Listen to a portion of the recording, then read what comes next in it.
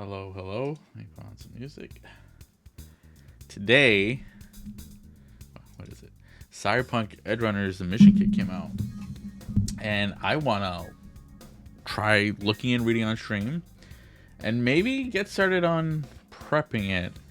Because I would love to run this and see how different it feels from the base Cyberpunk Red, the tabletop, which takes place in 2045. This will be taking place in, 2077, around then. I can't remember when Edgerunners is, but they've added some new mechanics and stuff like quick hacking and power weapons, I think. And I'm not sure about tech weapons. Maybe.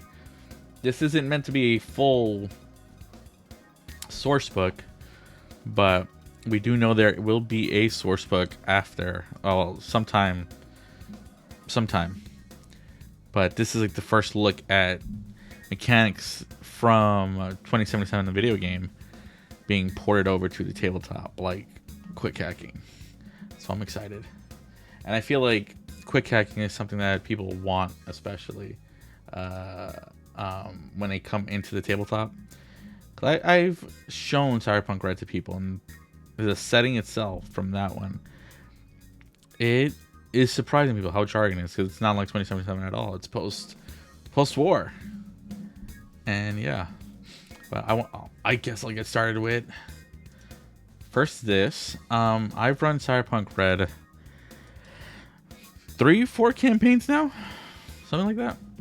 Not long. It's great for medium. I say medium, but I've only run stuff either like 3 years or like a couple of months. So I don't know what medium is. But my longest campaign for Cyberpunk Red was like 14 sessions. And that was over this year in January. And then I ran a second group. All new players to the system except one. And that was 12. And then I had 2 others. We're nearing about the same. 12 sessions, 14 sessions. So I have some experience here. I'm not... I know it well enough. I really enjoy it, right? I enjoy the world. I love the world. I love the time period in 2045. I know a lot of people feel differently. My own friend of mine, I would love to have her play more, but she's very excited for this. So I really want to see how it feels. So the first thing is the handbook. Let me put that down a bit. View from the edge. You want to be an Edgerunner, don't you? Yeah, I can see the hunger in your eyes, even with one swollen shut. I recognize it. Yeah, they do a lot of in character writing in here. The in universe, I'm not really sure. You've heard the stories from the legends: Morgan, Blackhand, Boa, Wayland, Rogue, the Cyber Six, David Martinez. David Martinez is not a legend. I don't care what they say. Actually, I guess in the anime he does. He is loaded and rich and getting jobs from people. V honestly isn't. I don't know why Jack even got a drink in the game. Like, he done his first big job. Hey, hold on. Here we go. Hello. I forgot to say it. Yawgmoth's chosen. How do you prefer to be called? But how are you? How are you doing? This came out today, and I'm really excited. And this is me. I'm opening it now for the first time. If you need me to zoom in, let me know. That should be big enough, right? Hopefully it's big enough. Yawgmoth's chosen. There we go. Can I call you Yawgmoth? So this is Cyberpunk Red. This is an adventure kit, or a starter set, really. It's basically what it is. It's a starter set. What do you mean? You ordered the box set? Or did you get it digitally? I got it digitally, but I will be buying the box set. I'm not the ineffable himself. I I will be getting the physical set, but I might get it like next month or something. But I wanted to get this immediately because I play on Foundry. Do I have it open? I do have it. Yeah, so I have Foundry open. I'm gonna try running the because they have like updated tables for the life path and stuff. And man, I only took like a quick peek, like the humanity stuff, because I heard they did some changes for that. And yeah, but let's see. Style over substance, yeah, okay. Attitude is everything. Live on edge. Yeah, that's cool. But let's see. Oh, I like that they give examples of the roles, right?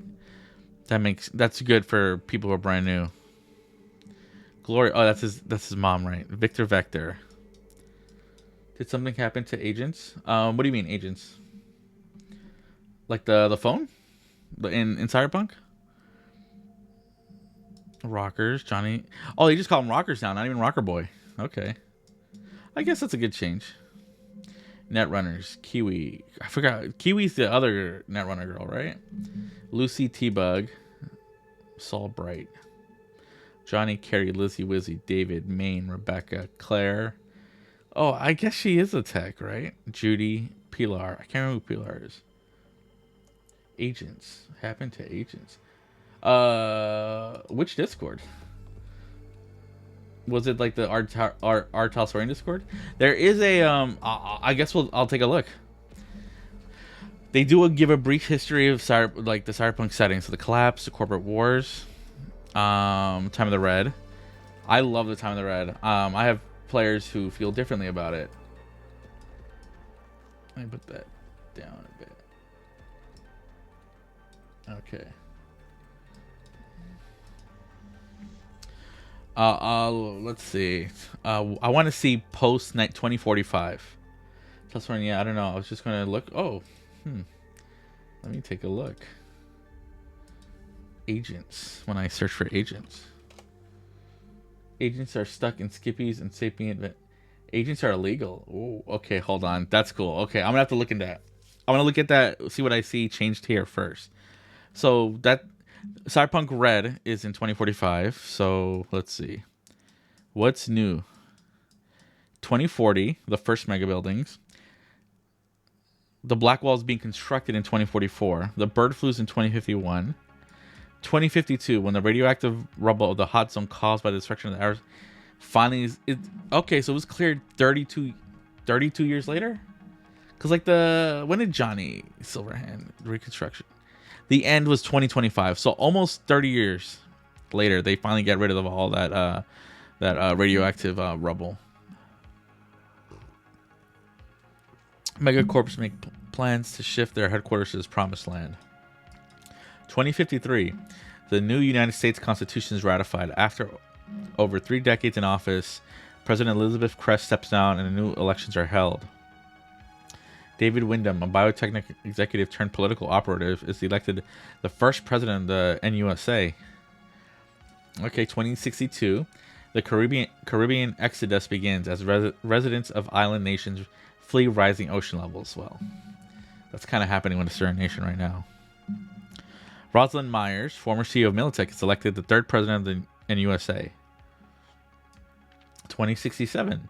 An Arasaka bodyguard foils an assassination attempt on the Emperor of Japan, earning the Megacorps considerable goodwill among both the government and the public. 2069. The Unification War begins as the NUSA attacks the Allied Free States in an effort to reunify America. And Yagmoth, if you Yaggoff, I am going to have so much trouble saying that. But if you want me to go over something or look at something specific, feel free to let me know. Because, yeah, I'm going in order of like the suggested PDFs or whatever, the books. 2070. After the arrival of Arasaka supercarrier in Coronado Bay, the Unification War ends with the signing of the Arvin Accord, also known as the Treaty of Unification. The Arvin Accord classifies Night City as an international free city, fully independent from any nation or state. The Voodoo Boys repel an NCPD task force and emerge as the de facto authority in Western Pacifica in 2072. Are you currently in any Cyberpunk games right now? Yaggoff? Yog Moth's chosen.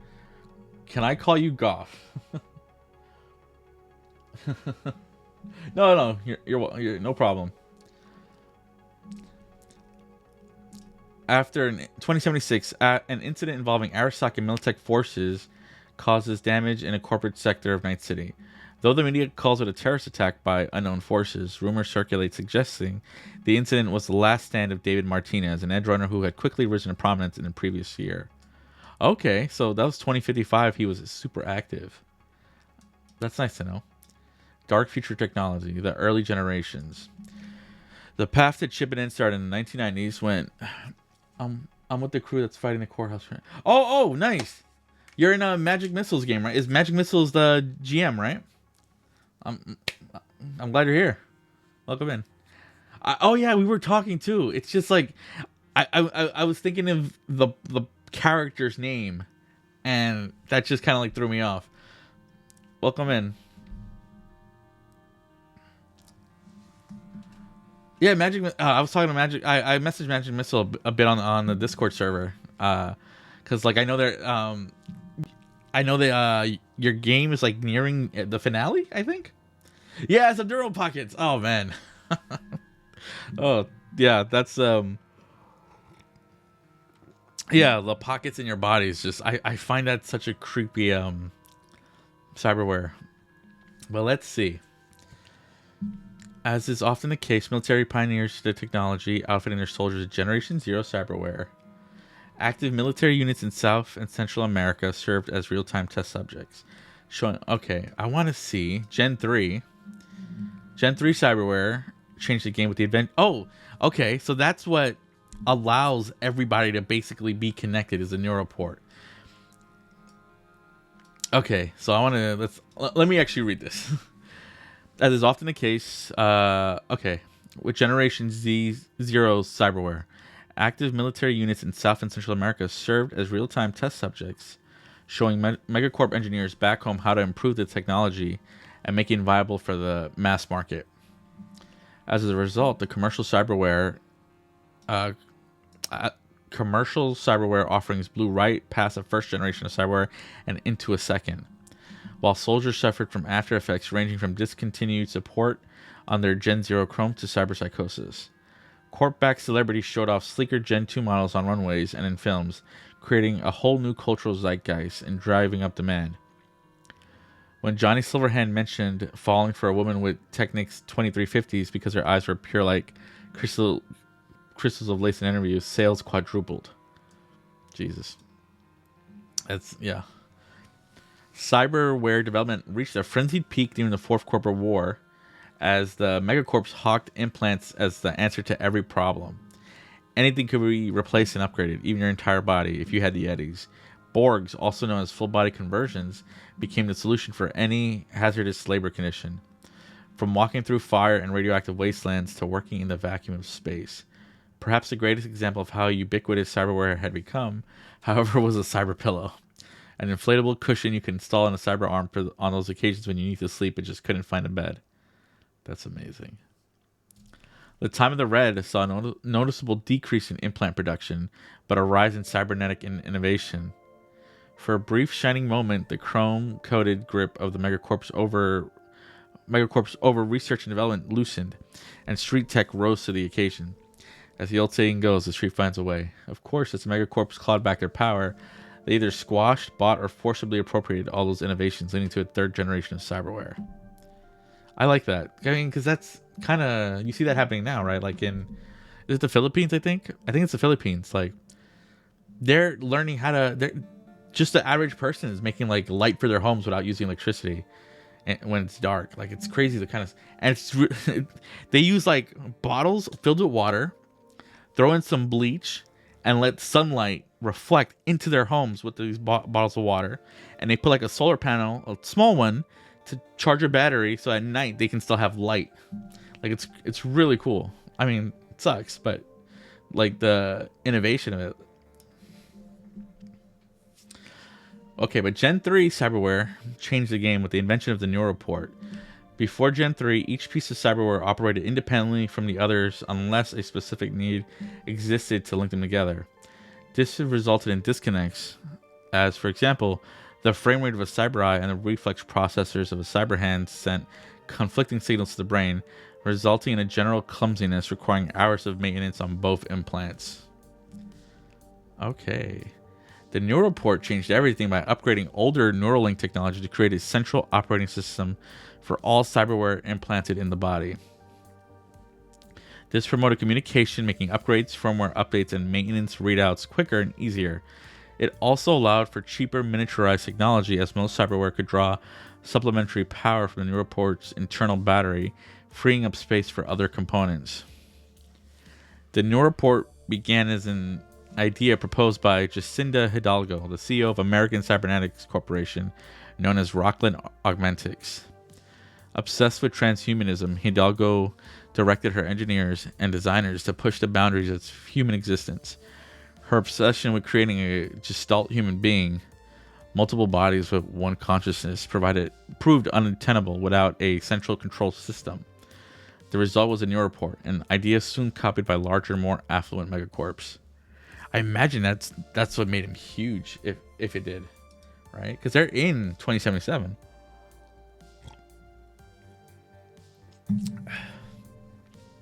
The neuroport proved so useful it became a key part of everyday life, as the majority of people implanted one. The benefits extended beyond the utility of a central cybernetic control system. The neuroport hooked up into the body's nervous system, the brain, and the optic nerve, allowing for various upgrades and uses. Megacorps competed with each other to offer the best option packages at the cheapest prices. Today has become standard for neuroports to come equipped with shard slots, optic and brain-connected holophones, and heads-up displays, and interface plugs, aka personals. These days, you wouldn't find much cyberware capable of functioning without a neuroport. Even regurgitated Gen 2 chromes made as part of cheap product lines by megacorps by knockoff companies looking for a quick eddy is retooled to work with them. Gen 4 and beyond. Of course, that's just the present. Engineers are already hard at work creating a fourth generation of cyberware. As always, you'll see bleeding edge chrome like this either in the hands of the ultra wealthy who can afford it, or the piss poor who end up being used as test subjects. Either way, watch out. More than a few early adopters have ended up full of holes thanks to max tax. In other words, it might be best to stick with what's tried and true if you want to live to see another sunrise. Okay. I like that. I mean, that's kind of like the smartphone, right? iPhone came out in, 2007, 2008 or something? And completely changed how, just even business emails are done. You wouldn't have a BlackBerry before 2008, and then they came and everything's changed. Now everyone has a smartphone. They're basically like I'm trying to remember, like the tablets from Star Trek. And now we have actual tablets that do crazy stuff. I wonder how much a neuroport costs, because you also see that today, right? People who are, they still have smartphones, even if I've worked with homeless, and homeless people have smartphones too. It's just that ubiquitous. Everyone has it. Types of cyberware. Like most of the population, you're probably already chipped in, but you're going to succeed as an Edgerunner. But if you're going to succeed, you'll need to optimize the chrome you slot into your body. Neuralware. Okay, I know the types. Connect to your body, blah, blah. Plug in shards, monitor. Fashionware. Cyber optics. Cyber audio, cyber limbs. Internal, external. Borgware. Cyber psychosis. Let me read this.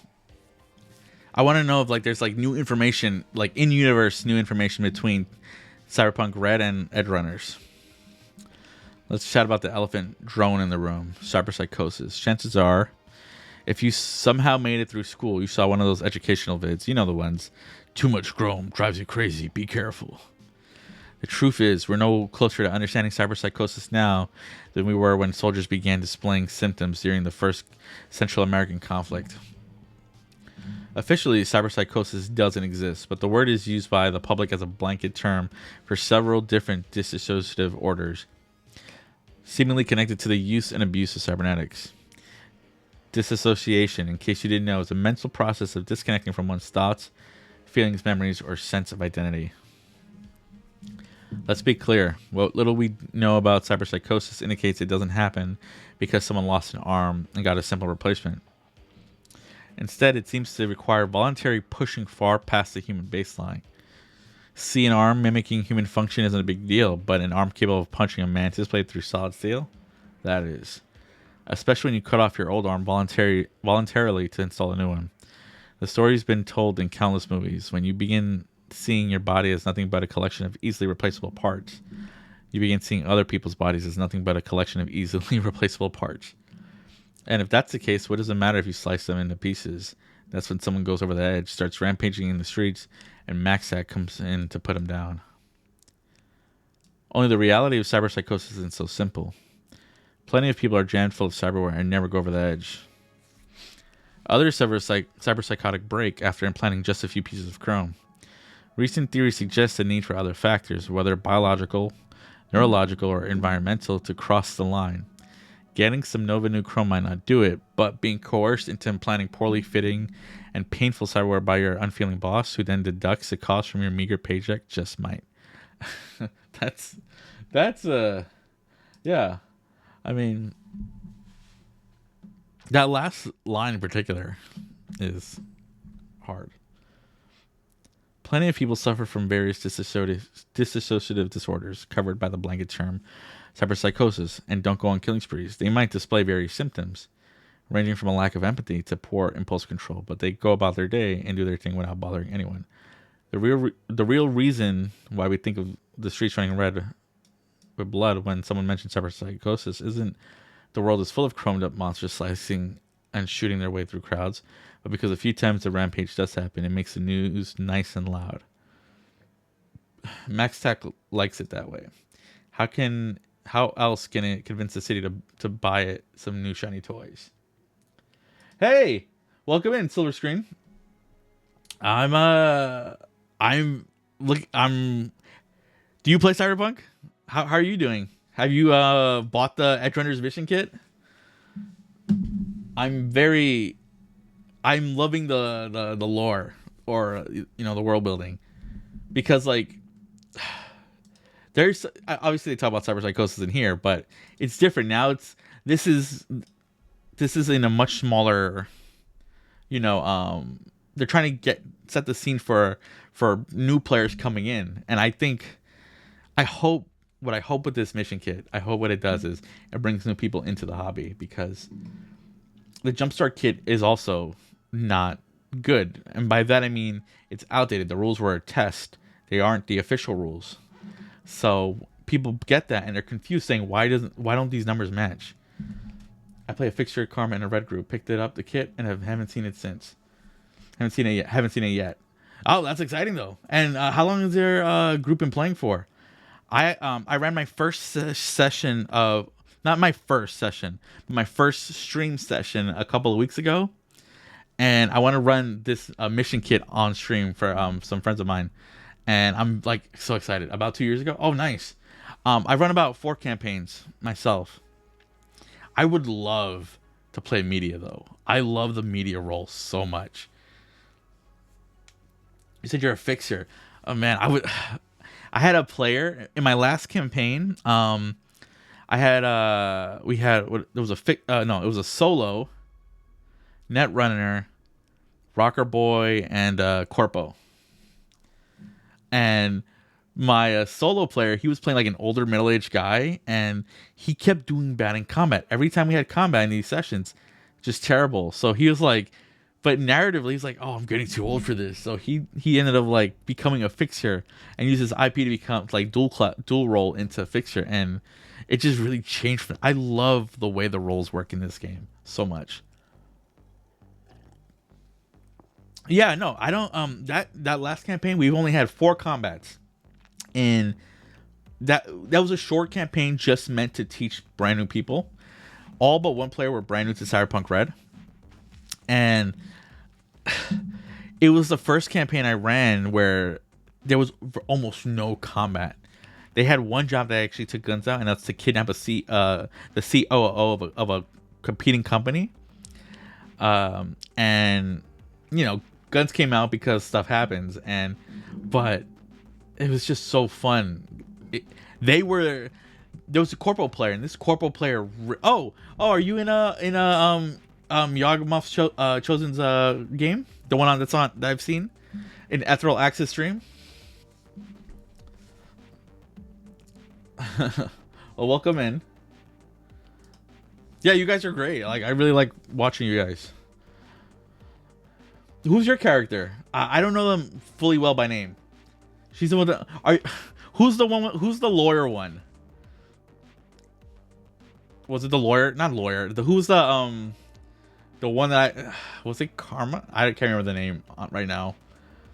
But yeah, you guys are really cool. I really like, and Magic Missile seems cool too. Like as a GM, from what I've seen.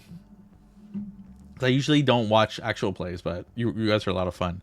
And it's just Karma. Was it Karma? Yeah. Oh right, Silver Screen Karma. There's your name right there. And you play like every 2 weeks, right? Yeah, no, you guys are great. Like that, the last campaign I ran had virtually no. It was all just talking, but it was so intense a lot of the time, right? And I've had that in other systems, but like I've done a lot of teaching of Cyberpunk to people who've played the game, and I love the combat. It's fun. It's quick. But these were a different kinds of group. These were very much more role play first, and it was so much fun to really just get into there and me just shut up and letting them do whatever they wanted, and it was just so different. And that player, she's also a streamer, so I'm gonna and another friend of mine who also streams. I'm gonna run them through this Edgerunner's mission kit because, oh man, I really want to see how it feels like to with quick hacking and with the new tech weapons and stuff, just to see what it. Yeah, no, because like I'm gonna assume you guys play 2077, right? It's an action RPG, right? So you come into the tabletop, and people who haven't played this system or are coming brand new from video games to this, it colors your view a bit, right? Your agent is illegal. Oh, nice. I appreciate that. On Tuesday, I'm going to be doing my first Vampire the Masquerade game, and I'm really excited for that. And then after that, it's going to be 2 Tuesdays. It's going to be basically every Tuesday for the next 6 weeks are RPGs. So Vampire the Masquerade for 2 weeks, and then after that, it's going to be Star Wars RPG. And then after, I plan to do the Edgerunner's Mission Kit on Tuesdays.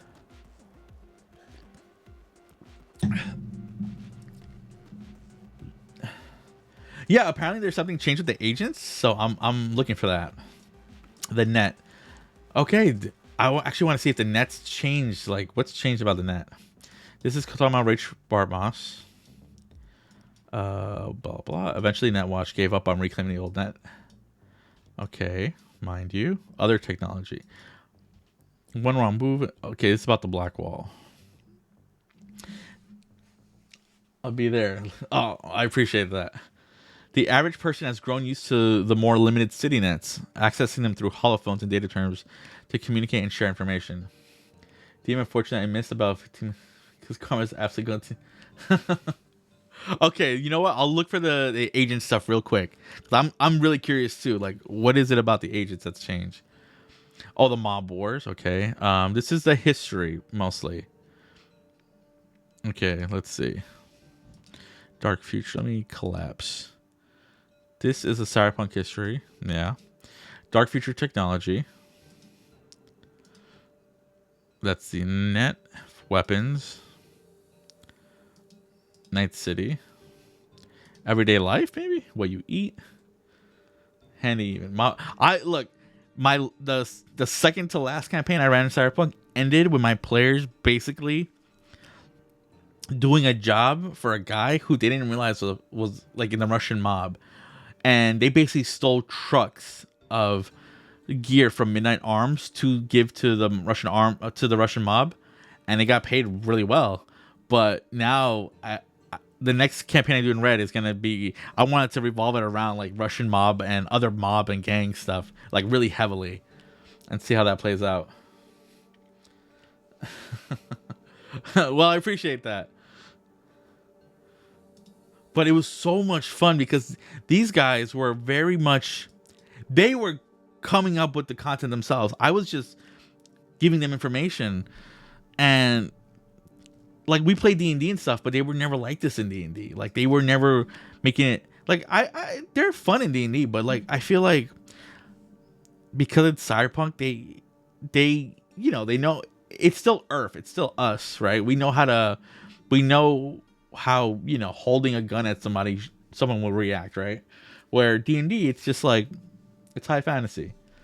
Like you don't really wonder about the stuff that you do. You just kill a goblin or an elf or something. It doesn't matter.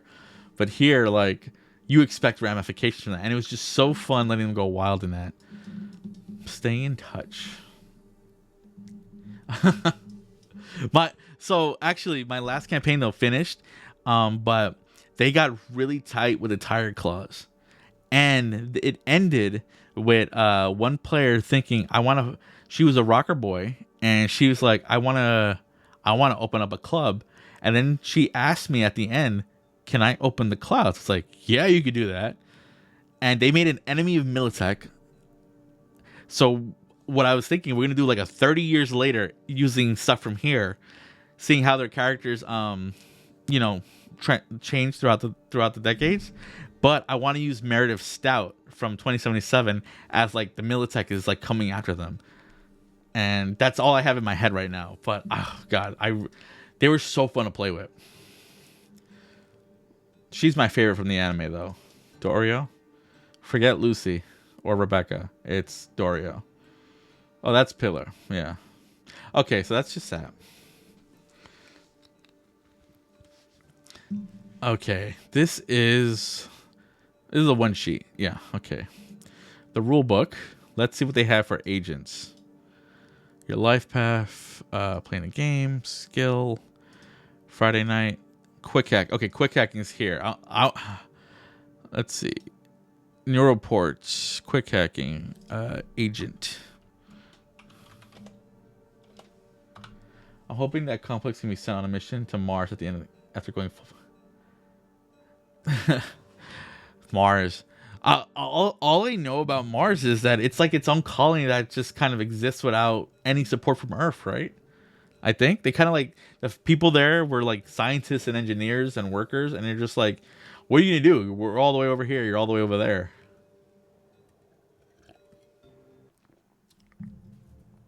Okay. So one thing I was reading though is that neuroports have calling functionality, which might be why there's like no agents or whatever, right? Agent. I can't even search for an agent. Neuroports. Let me read the neuroports in here, mechanically how it works. You'll wreck Fox. Just make sure doesn't show next session. I want it because I want to.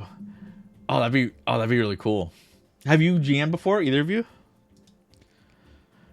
During character creation, every character can choose to install a neuroport. See page 35.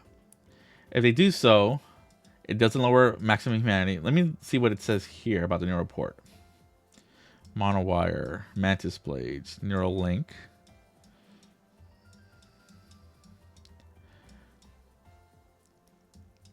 Okay, hold on. Neuroport, here we go. A modern marvel, the Neuroport is a cyberware control package loaded with extras ranging from a holophone to a HUD display. Their Neuroport is considered so safe and unobtrusive that most children are fitted with one. Learning to use it is part of many primary school curriculums. Early installation is linked with better outcomes in adulthood, and the reverse is true as well. Those not installed with a Neuroport are at a disadvantage to their peers and have lower levels of educational and financial attainment. And that is horrible. To aid this situation, or more cynically put, to profit off it, predatory high-interest loans are often offered to families who can't afford a Neuroport for their children. Others look to the street to find other more affordable options for their children, trusting back alley ripper dogs. Oh my god. That's really cool though. Like it's terrible, but it's a great piece of world building. Oh, I have in D&D for a few. Okay, that's cool. It's so much fun running a campaign, and running Cyberpunk is just so easy because that life path helps so much. I mean, I love running games. I prefer it to being a player. I would love to try being a media in a Cyberpunk game though. But let's see. A standard new report pack includes the following cyberware in its package: a Neuralink, a wired artificial nervous system, the base cyberware required to use Neuralware. System has 5 option slots and for Neuralware options, none of which are taken up by the other features of the new report. None of the new report's features require additional cyberware to operate or take up option slots anywhere in the user. It comes with a hollow phone, a fully functional phone capable of limited city net access, talk, text, and scheduling. It's brain controlled and requires no vocal commands. Okay, it has a biomonitor. Virtue, aka virtuality, allows the user to experience virtual presentations, performances, and even simulations. It also allows netrunners to fully experience the net when they're deep diving. It does not allow users to experience brain dances. HUD, aka Chiron. Chiron? That's the thing that lets you see the bottom monitor stuff on a person. Yo, if you're I really want to make a gladiator arena style campaign. It won't require my main character complex, but it would be nice. Arena style like in Cyberpunk though? I think that'd be cool, right? Like back alley street fights and stuff, right? Has done a great job recognizing trends. Mike Pondsmith is, if you look at the timeline, there are stuff that's eerily similar, like the wasting plague and COVID. Like my god.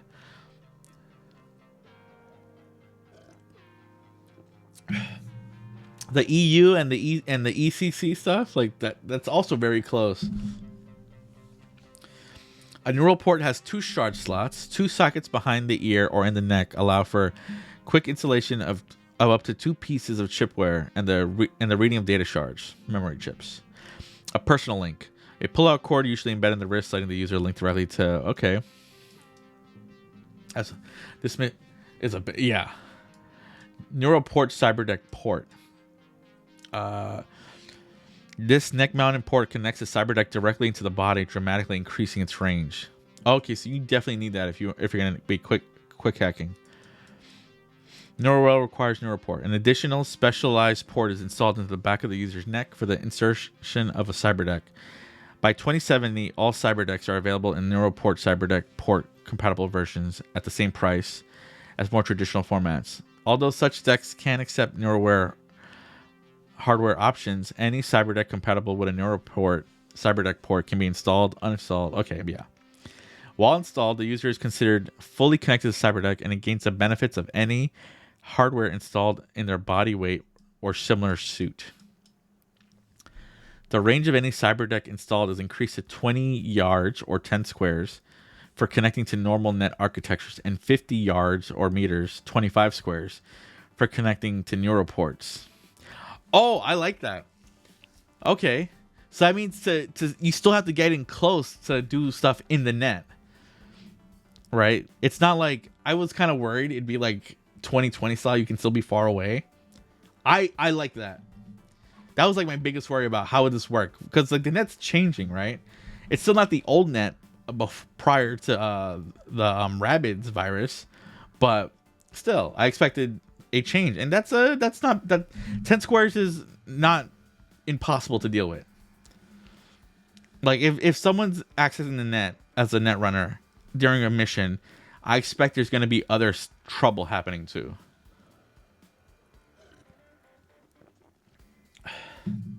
A user can only be connected to one cyberdeck at a time. Only one Neuroport cyberdeck port can be installed at a time. Cyberdeck must be purchased separately. Yeah, exactly. That's what I want. That's my favorite thing about the net running. In Red is the net runner has to be in the group. They can't just be off by themselves in like safety, right?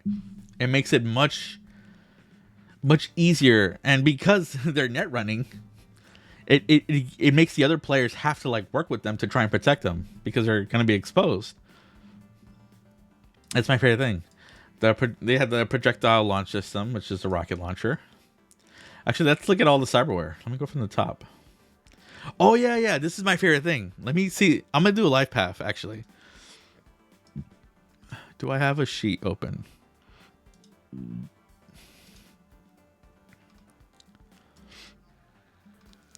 They need to release like a new sheet though, that has the colors of this one.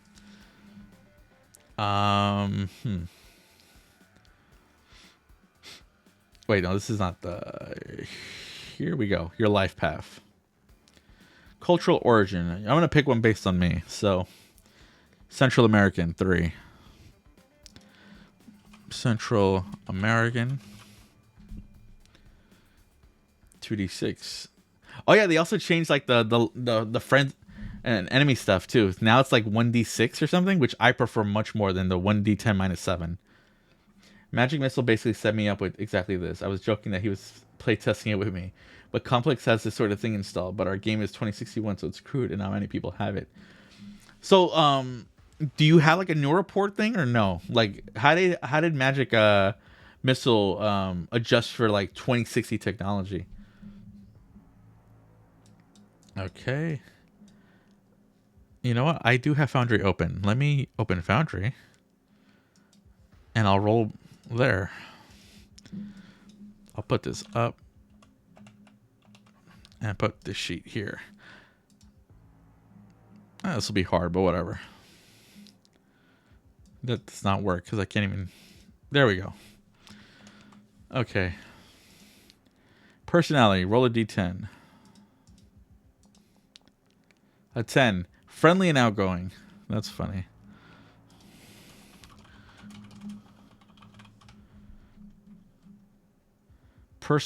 Oh, I also like this. They now give like a description on the clothes, which can help a lot of people, because you read the stuff in red, and a lot of people just like they don't know what that means, and I always show them the stuff from Black Chrome, saying this is what the styles kind of look like if you want an idea. But roll 1d6, and I'll roll 3d6.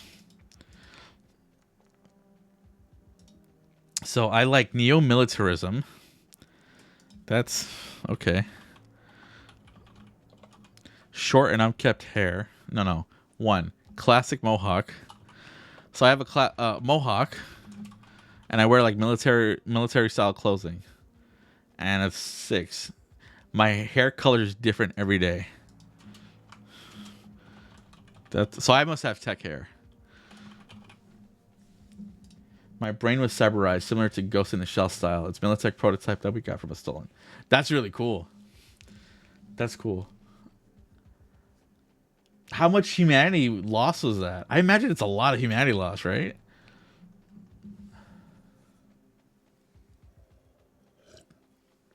What do you value most? 5. Knowledge. Okay. Maybe I'm a Netrunner. How do you feel about people? A 5. People are obstacles in our way. Obstacles in our way. Your original family background. I also like how short the family background is now, like the description. You don't need a lot, right? This is much more concise. So much. I've been in there for like half a year. Yeah. Oh man, my corpo player, she had low humanity, and I had her boss had a evaluation with her in character, and he's like, look, we don't like to have you take time off from work, but we're gonna set you up with a life coach and a therapist and a 1-week stay. This is gonna come out of your check, your own pay, but it's either this or we're gonna have to let you go. Your evaluation has come back really bad. Your performance metrics are just not looking good. So, whatever. But like, I framed it as like her boss, because for her life path, she rolled her life path. Her boss and her are like cool. So it's like he doesn't want to fire her, and she's been doing really good for him.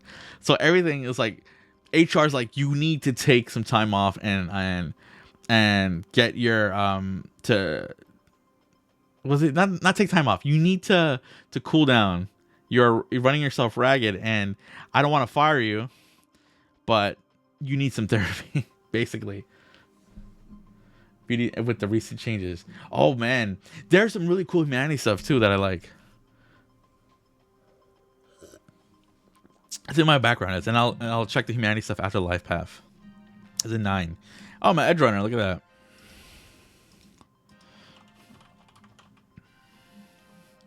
Your environment, a 6. A 2. In a mansion. Okay. In a mansion. Your crisis. Roll a 6. 2. You or your family are exiled or driven from the original home. Family exiled. My life goal. Shame in your past and you want to correct it. Shame in your past. Friends. So now for friends and enemies, you roll on a 6. On a 1, you have no friends you can truly count on. On a 2 through 5, you have 1 friend. And on a 6, you have 2 friends. Same thing for enemies. I like that so much more than a D10 minus 7 because you almost always get a 0. It's bad, yeah. I have 5 full empathy now. Nice, and I'm cured.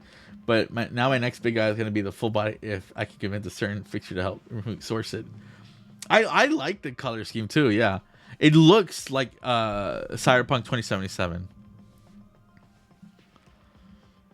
This is still the same. I like this though. Now they have a table for determining what your friends were, like their role. And once for their circle. Okay, that's really cool. That's a nice little addition.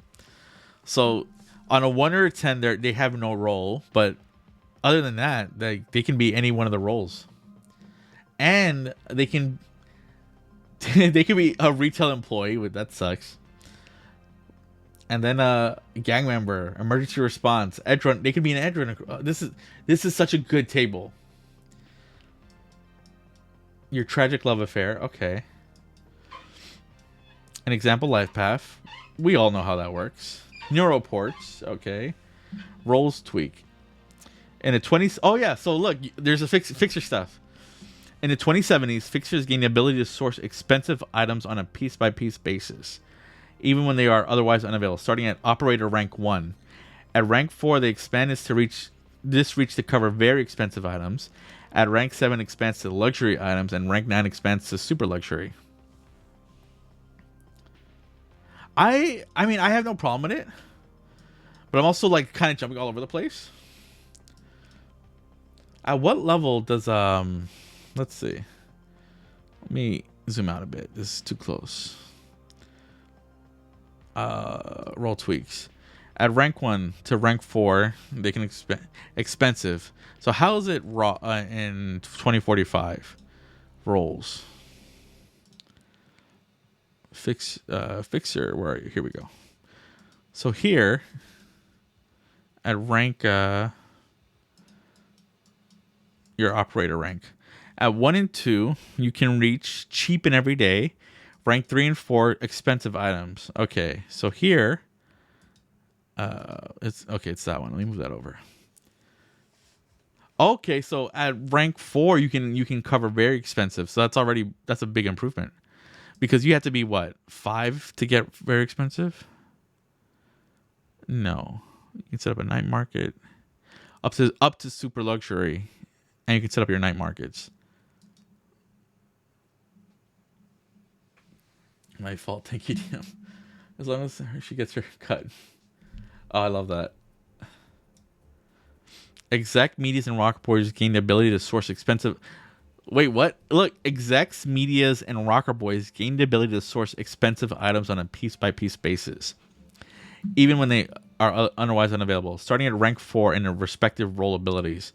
Lawmen gain the ability to source expensive items related to their job, weapons, armor, and other gear as determined by the GM. Oh man, I love running night markets. I would love to have players like that too. I've never had a fixer player, ever. Like, I had a player who became a fixer, but like... He did that like as his epilogue stuff, but he used his IP. But that was like the last session.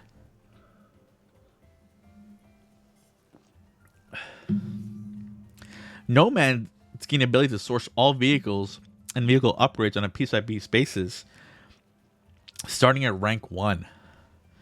Netrunners gain the ability to quick hack cyberware as part of interface. They gain access to all simple quick hacks, DV6 at interface rank 1, all standard quick hacks at rank 2, difficult quick hacks DV10 at rank 3, and all advanced quick hacks DV12 at rank 4. In addition, the scanner interface ability changes from a meet action to a net action. Finally, at rank 3 interface, Netrunners automatically overcome the base level firewall defenses of a neural report. No check needed. Okay, these are like some big changes, right? Everyone's able to source items. As a fixer, you do it better, but I mean, I like that because you don't need a fixer, like necessarily for a party who doesn't want to play a fixer. But what does this mean for night markets, right? I imagine that's still a thing that happens because the good stuff is still held by the rich and they're hoarding it. You know, you can buy it for expensive prices, but who knows? I played full fixer and fixer seems like such a big player move, right? Like you are controlling the economy of the world. You are meeting NPCs so much more. Yeah, like that's the thing, right? That's what I love about the roles. Like you don't have to ever worry about combat yourself. I'm looking. These are this looks like it's talking about the role tweaks here. So 3, expanded availability. By the 2070s, scarcity is over for everyone, but it's more over for the rich and powerful. One might say the future is unevenly distributed. If you really need something but don't have a fixer to get it, you can bypass the need for a fixer or a night market by purchasing directly from a manufacturer or licensed dealer. That's the upside. The downside, you're paying a corp-sized markup by double the cost, unless it's custom made, one of a kind, or the GM shuts down its purchase directly. Don't think for a moment anyone will buy anything from your Edgerunner at that price, though, even if you are a fixer or an exec. That sort of markup is for desperate suckers. Okay, see, I do like this. I do like that you can just buy anything at double the cost. No player ever wants to spend money. Ever. They always want a deal. Even when it's like 100 eddies, 50 eddies, they still want to haggle. I don't see that ever really being an issue. But if a player wanted to spend like 5,000 eddies on something, I wouldn't mind. Okay, there's a humanity update. In the 2070s, life may have gone back to normal, but the world still sucks. To get the 2070 feel, use this book's update, page 28, to the mental trauma rules from the Cyberpunk Red Core rulebook. 5, use everything in this box. Okay.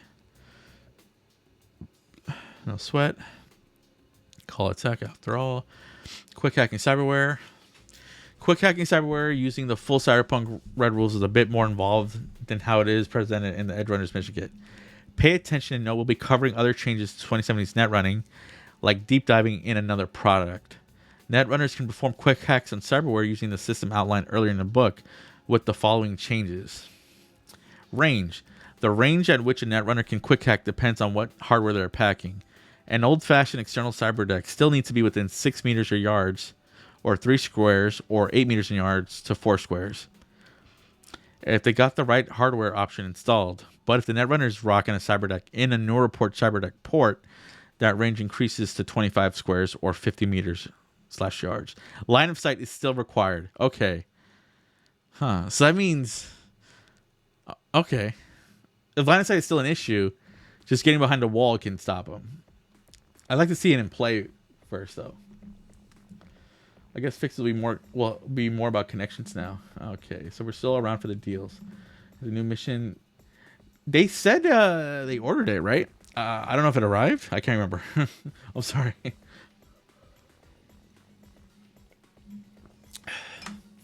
Security. All new reports are protected by basic firewall security. Any netrunner with an interface rank 1 or 2 must succeed at DV6 interface check to bypass this built-in security when using the jack-in net action to log in. This check is made before the post-interface versus will check, determine if the target is aware of being hacked, and failure does not alert the defender. Netrunners with an interface rank 3 or higher bypass the security automatically with no check required. I do like that. That means if you start at rank 4 because character creation, you don't have to worry about it. But if you dual roll into it, then you do.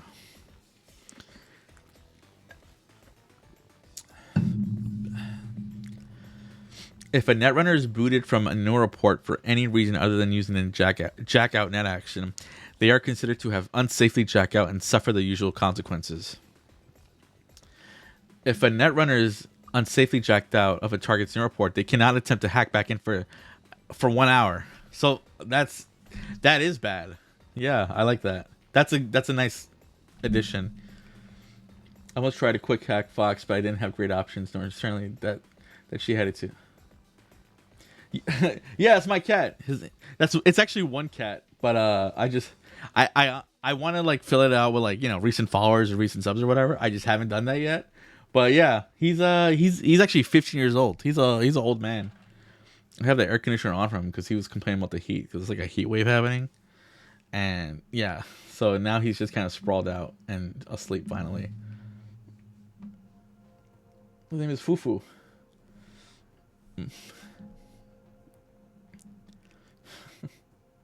Yeah, he's a senior boy. He better live till he's 25. That's what I hope. A target neural port acts like a net architecture. If it has no self ice or black ice installed, the net architecture has one floor, a controlled DV10 node for the neural port's attached holophone. Otherwise, the neural port has one floor per password installed and or black ice connected.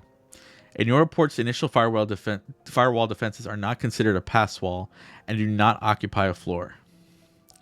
I like that. So it's always a password no matter what before you can get into anything.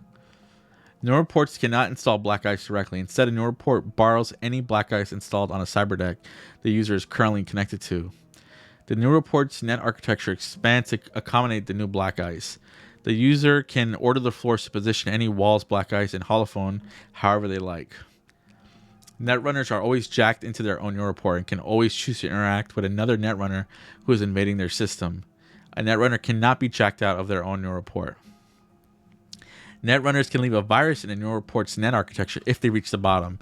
This follows the normal rules as presented in Cyberpunk Red. The backdoor net action has been renamed to breach. I prefer breach anyway. But yeah, they give you some example of neural ports here too.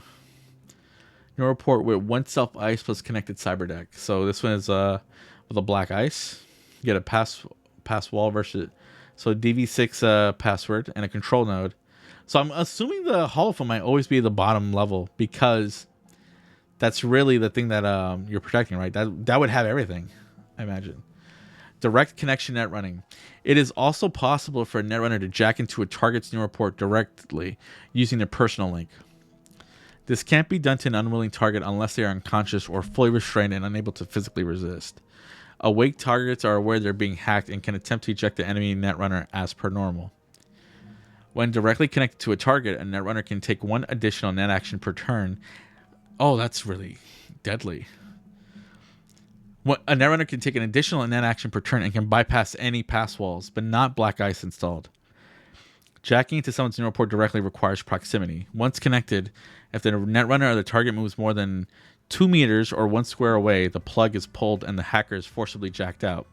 The same is true if their personal link is yanked out or severed. Okay.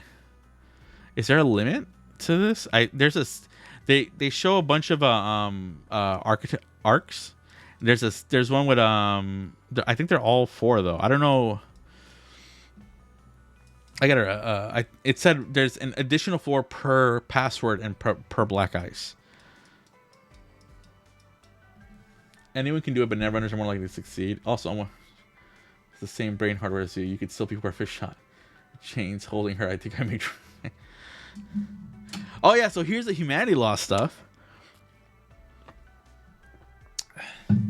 Humanity loss is part of everyday life in Night City. Cyberware installation isn't the only way it happens either.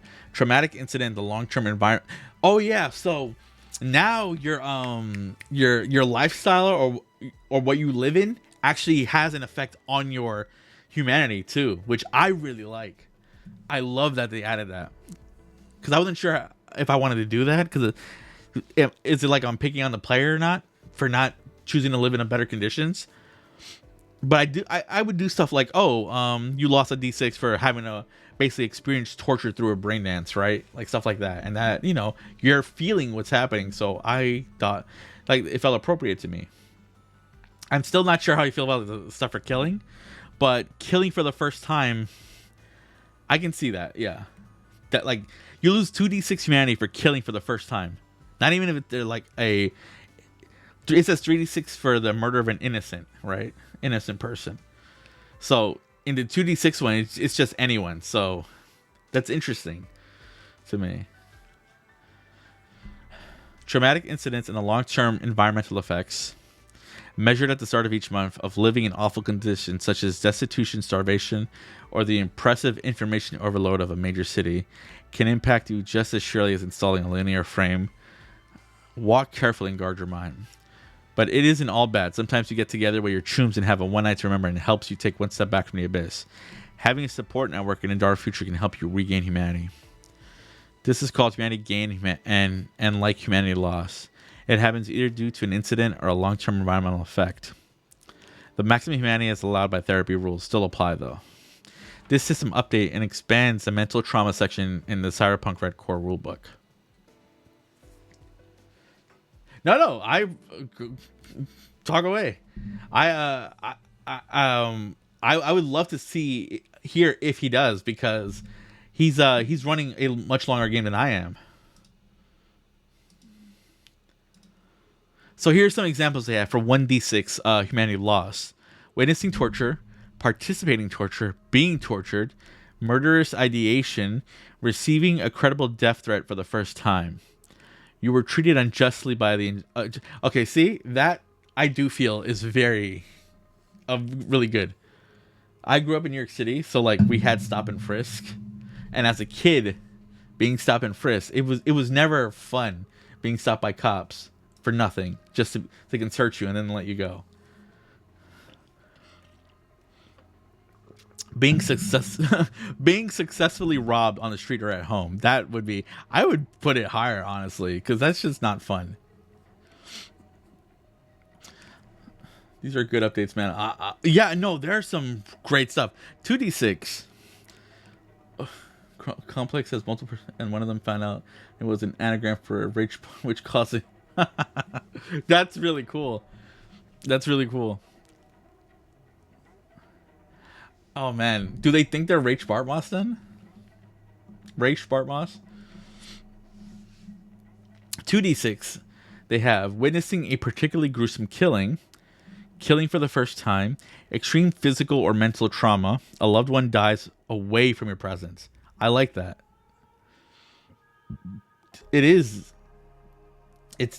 That's a big deal. 3d6.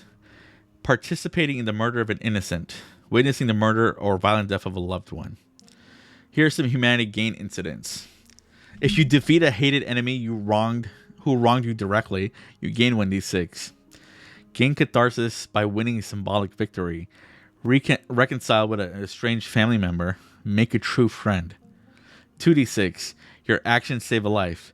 I love this new stuff that they added. Once per week, you and up to 10 friends can spend a day doing nothing but partying and communally spending at least 1,000 eddies. This might attract some attention. And you regain 2d6 for just partying with your friends. 3d6. Experience a major life-affirming event like engagement, marriage, adoption, childbirth, or fulfillment of a dream. Once per month, you and up to 10 friends can spend a day doing nothing but partying hard, communally spending at least 10,000 eddies. This probably attracts attention. Like these are great ideas to like take into Red. They didn't know what to believe, but there's been discoveries that they went through. That's really cool though. I'll love to hear it. Humanity gained from killing it. So is Hornet? Are you aware of Hornet, like the DLC Hornet's Pharmacy? Is that the same Hornet? Because I kept hearing Hornet. I kept wondering, is it Hornet from Hornet's Pharmacy? But what do you think the humanity wants to be for discovering your life is a lie? I think that would be... What would I think? I think I'd put it at 3d6 only, but I would require maybe once a week, I would say give me a check to see how you're feeling, right? If you're maybe not a check, I would ask the player, how is your character feeling? And I might gauge if they're thinking if because I think this is something that would affect someone deeply. Like I worked in social work. This is if you realize your life is a lie, you are going to be most people would not react well to that. and I would think maybe do a check. I would do like a not endurance. What's the one that's there's a skill I'm forgetting right now. I have it open right here.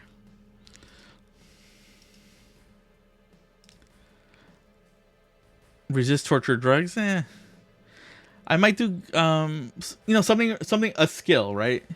A, just to see how you to prompt the player to see how their character is feeling, and maybe not. Maybe I'll say you get a 1d6 loss for that week because you're still like you're still shook if you're like shook from this realization that everything you've been doing is probably for the wrong reasons or you don't even know who you are, right? And until you finally like accept that, maybe I'll keep doing a check every week that passes in game. That's how I would probably do that. And you lose a d6 each time, but if you can succeed, then you're like you came to terms with it, right? It's like going through the 7 stages of grief. You're like bargaining now at the beginning or near the end. Oh, here's environmental effects. So, humanity lost for environmental effects examples. 1d6. This month you've chosen to live a kibble lifestyle. Last month you lived a non-fresh or non-good pre-pack lifestyle and spent most of your time in a major city and thus experienced oppressive information overload. I went when during the eclipse because I'm in New York City. I went up to Buffalo to go see it, and we went to stay at my friend's mom's house. And I it makes more sense. Like I've traveled before. It's been a while but getting out of the city for just like a few days and being so far and it's like really quiet upstate. I can see why that it's a D6 loss. Last month you primarily slept in a cube hotel. Last month you worked directly or indirectly for a corp. So working for a corp makes you lose humanity or can if the GM wants to use it. 2d6. Last month a loved one died. You haven't held a ceremony for them.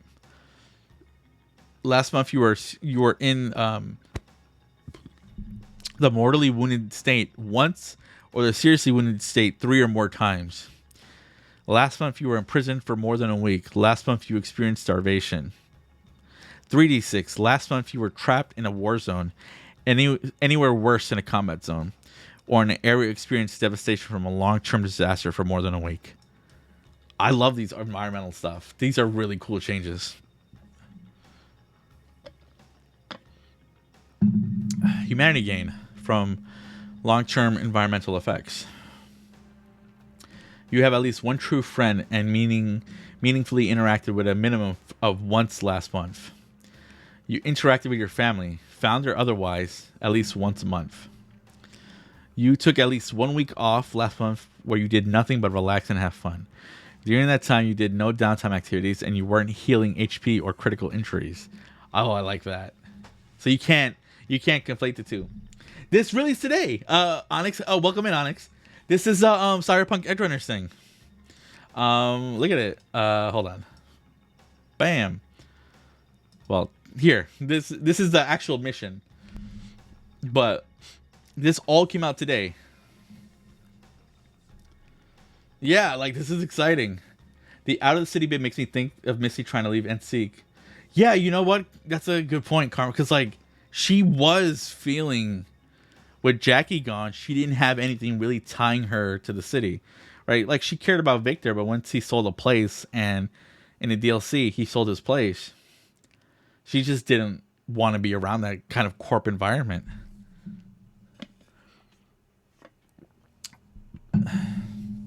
Let's see. Last month, you spent most of your time outside of soul-draining major cities without suffering environmental or lifestyle hardships. 2d6. Last month, you lived a fresh food lifestyle.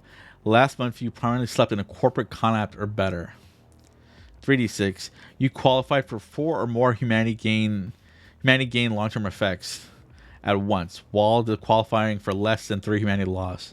You're living a good life. So if you live a good life, you have a higher chance of getting humanity. So if you're rich, you probably feel better.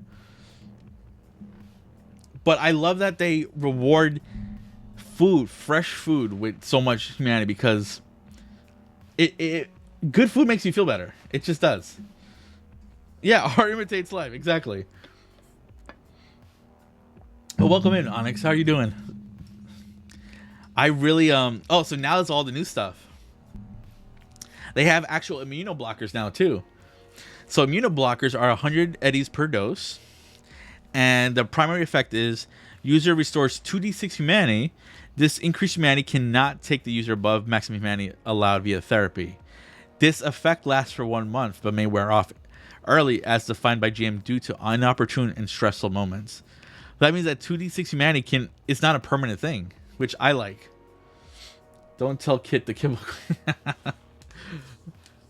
It's gonna force people to start thinking about where their character is living, because I'm definitely gonna be bringing this back to Red. There's no way, living, just living on terrible food and terrible environment. That's stressful. Doing some farming, Final Fantasy X, so Mula and I can finish up the last stretch of this game. Oh, okay, yeah, 10. 10 is which one? That's the PS2 one, right? The 3 girls in the band? Secondary effect of immunoblockers. Any humanity gained via this drug is lost. The user... Oh, if you fail a DV21. Oh, man. Do any of you have a high resist torture and drugs check? Karma or Yawgmoth? No, thanks for stopping by, Karma. Appreciate it. I'll catch your next Cyberpunk session. The girls is 3 is 10-2. This is with Titus and Yuna. Oh, I didn't know it was the sequel one. I always have players who ignore it, and they always want to take drugs, and they always get addicted. So this is funny. At 21, any humanity gained via the drug is lost. The user's head feels strange, and their vision becomes riddled with mild hallucinations, giving them -2 to all checks for 60 seconds. If within that 20 seconds the user does not inject 2 doses of immunoblockers as an action, they take 4d6 humanity loss at the end of the minute. This humanity loss does not impact the user's maximum humanity allowed via therapy. The GM may increase the amount of doses needed depending on how close the character is to 0 humanity and the stress of their current situation. If this humanity loss reduces the user to negative humanity, they enter extreme cyberpsychosis, and the character is handed to the GM, who plays them accordingly to their worst tendencies. Unlike typical extreme cyberpsychosis, the GM may choose to grant the character +2 to any check for the duration of the effect. The character is handed back to the player if the humanity becomes a positive number again.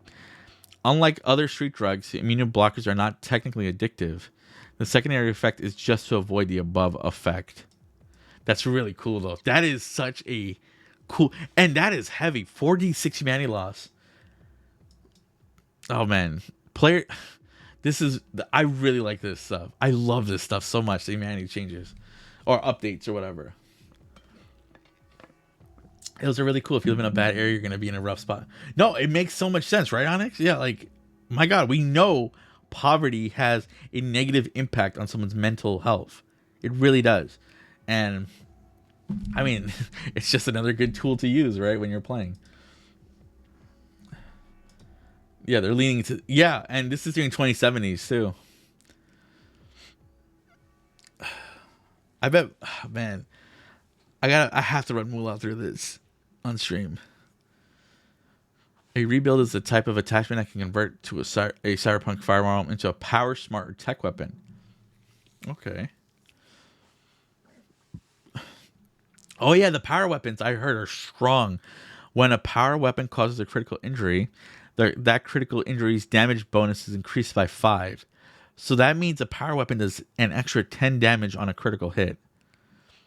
Additionally, when firing this weapon, a user can ricochet their shots off their pieces of cover to hit other targets that are aware of, but which might be beyond a normal attack. Because they are behind cover or out of line of sight, when performing such a ricochet shot, the user takes a -4 penalty to their attack. If making an aim shot, the user ignores the -4 penalty and instead applies only the aim shot penalty. There must be a clear path between the ricochet point and the target for this to work. Despite the shot's new ricochet trajectory, the range of the shot is made at still is calculated based on this distance between the user and the target. To ricochet a shotgun shell, the user chooses a surface within 6 meters or 3 squares of them to be the new origin of the spread, which then attacks all targets within 3 squares in a new direction, as directed by the user, as long as common sense is followed. Shotgun blast can't ricochet behind a surface it is bouncing off of. Power weapon sounds crazy, though. Yeah. No, that... So, this Onyx is the first look at 2077, the 2070s in the tabletop. So they're bringing mechanics from 2077 into the tabletop. It's basically going to be 2 settings now. There's 2045 and 2077. And this is our first look at that. This is a small box set adventure with a full source book coming out later on.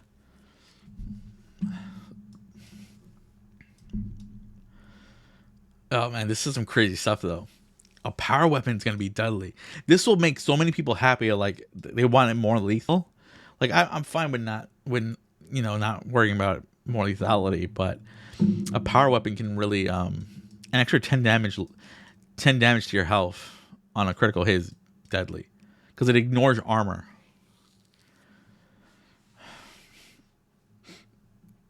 Okay, smart rebuild. This weapon is a smart gun.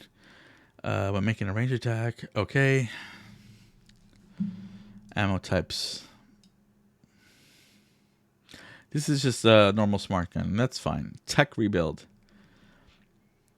Transforms the weapon to a tech weapon. Weapon is equipped with a scope that they can see multiple target outlines through thin cover. By sacrificing their move action, a user can charge this weapon. Once charged, the weapon remains so until it is fired for 60 seconds. While charged, the weapon's next non-explosive attack is rate of fire 1, can fire through thin cover, and ignores half of the target's stopping power rounded up on a hit. Cover fired through, though, does not lose hard HP. The small holes left behind are not large enough to damage. That's really cool because this gives me a way to still challenge the players without having to really throw a lot of enemies at them because I don't like having really, really long combats. And Cyberpunk is really quick, but a tech weapon ignoring half your SP is huge, right? Like, Yog, that's insane, right? Oh man, that's crazy. That means because everyone starts off with a Onyx, so everyone starts with You saw the armor. Everyone gets light armor jack, which is 11 stopping power. So half of that would be 6 because it's half rounded up. So you take a 10 damage from a gun. That's gonna be deadly because you'll take 4 automatically, then lowers it. It's just ignoring half, and then once you're so low, 3 shots from a gun can kill people. Yeah, it's blowing through the armor. That is fun.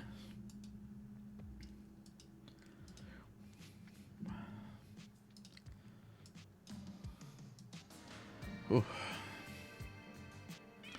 Okay. Oh yeah.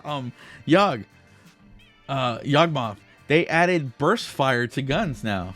So now we have single fire, auto fire, and burst fire. It also drops the effectiveness in it. Yeah, I love that. I love that too. Like these are some cool changes. Well, cool updates, right? And this is you can easily port this over to Red. Let's see. An exotic, the Arasaka Yukimura. The weapon that started the smart revolution, issued in the 2040s by Arasaka with the Yukimura, you could shoot as poorly as the troopers in a certain late 20th century space opera and still hit your target with 100% accuracy. This is Star Wars. An exotic SMG with a smart rebuild. When fired in single shot, it deals 3d6 damage, expending 3 rounds with each attack check. If not enough rounds are available to fire at 3, the weapon deals 2d6 damage instead. I was saying, Yog, that these rules, right? These you can easily take these back into like Cyberpunk Red 2045 setting with almost no change. No change really. And this can really make it give a way for players who want more of a challenge. And very easy way for the GM to do it, which I like. What I was saying, they've introduced, I think there's a burst round fire now in guns. I gotta look for an example though.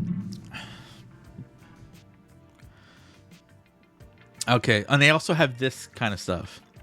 So the Arasaka Masamune, an exotic rifle with a power rebuild. So a power weapon, I think, uses 3 rounds? It seems like.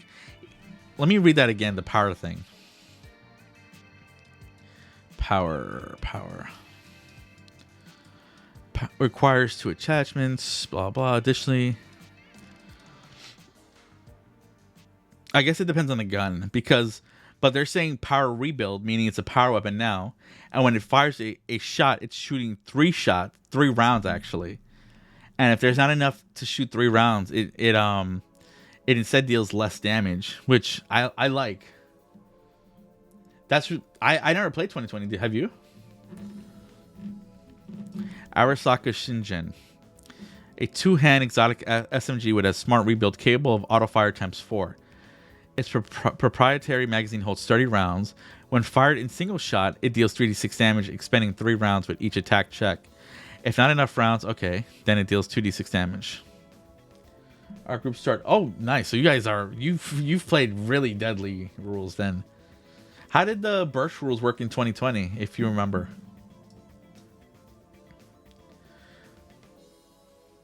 I honestly do not remember the guns in 2077 Onyx.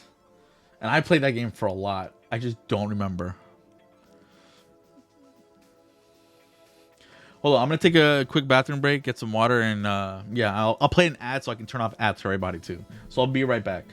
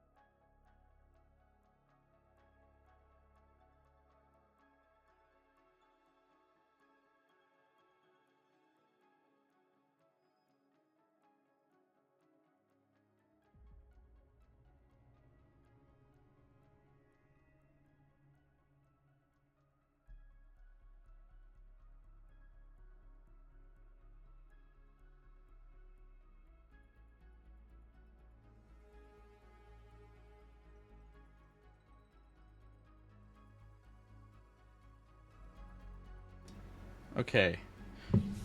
I am refreshed. I like Shinjin 20. I remember Shinjin because you find it for the first time at Arasaka Tower during the heist and have no other guns beside. Oh, yeah, that's right. Let's see. Let's see if this captures that feeling for you. A two-handed exotic heavy SMG with a smart rebuild capable of auto fire times 4. Auto fire times 4 is nice because usually for an SMG it's capped at times 3.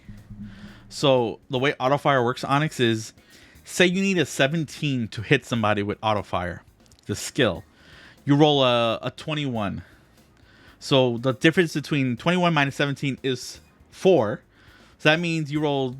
It says here. Oh, it's 2d6 damage when you do auto fire. So say 2d6, you roll 8 damage. So then you multiply by 4. That's 32 damage in one shot. So that can you're just basically spraying them with bullets. Like, it's deadly. It is deadly. One of my favorite things to do is just have enemies with a high auto fire. When fired in single shot, it deals 3d6 damage and expending 3 rounds with each attack check.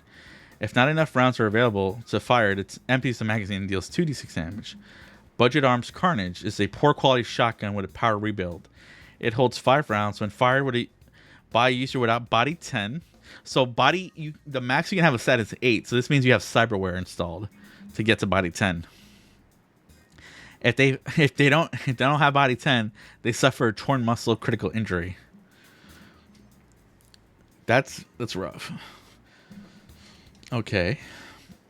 An exotic heavy pistol with a power rebuild. It has a 12-shot capacity. When using this weapon to make an aim shot, that's nice. Its damage increases to 4d6.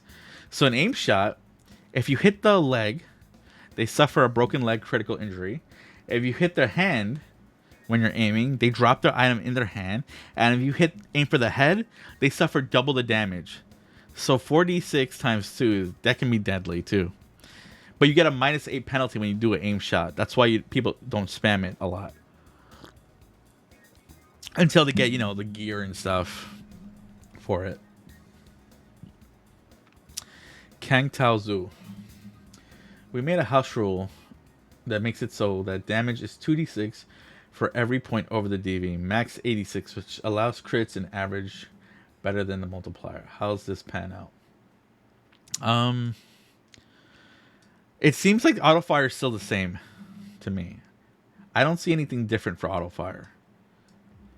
This just they're just mentioning the single shot. I haven't seen anything burst fire yet though. An exotic shotgun with a smart rebuild. It holds 32 rounds and can only be loaded with improved smart shotgun shell ammunition. When firing this weapon, 8 shells are expended with each attack. Without 8 shells loaded, this weapon will not fire as a safety feature.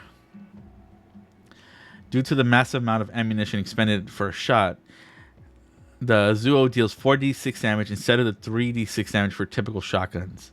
Are shotgun shells the ones that hit an AoE? I can't remember.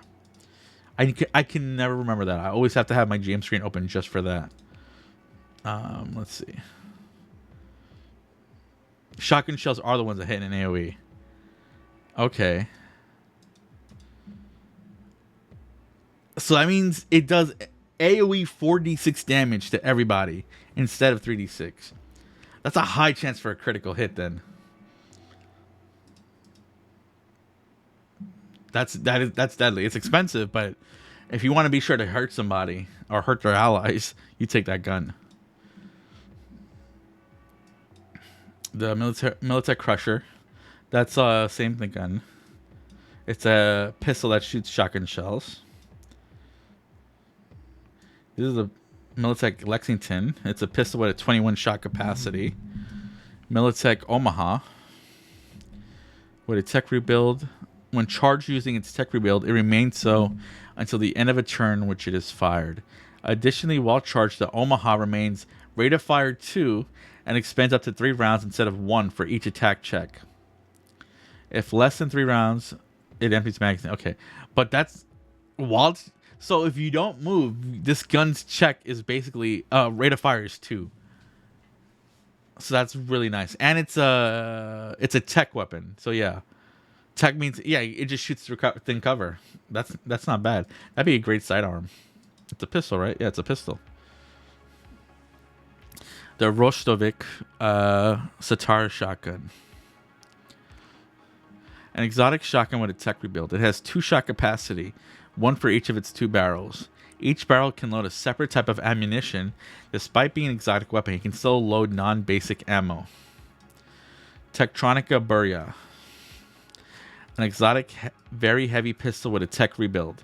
It has a 4 shot capacity. If tech rebuild can be recharged... Oh, this gun can be charged without using up your move action. So you can move, charge, and shoot in one turn with this gun. That's really nice. A user without either muscle or bone-lace cyberware who fire a Burya suffer the broken arm critical injury. Okay, so it's not even something anyone can just pick up and use because it's just going to hurt you badly. That's a cool gun.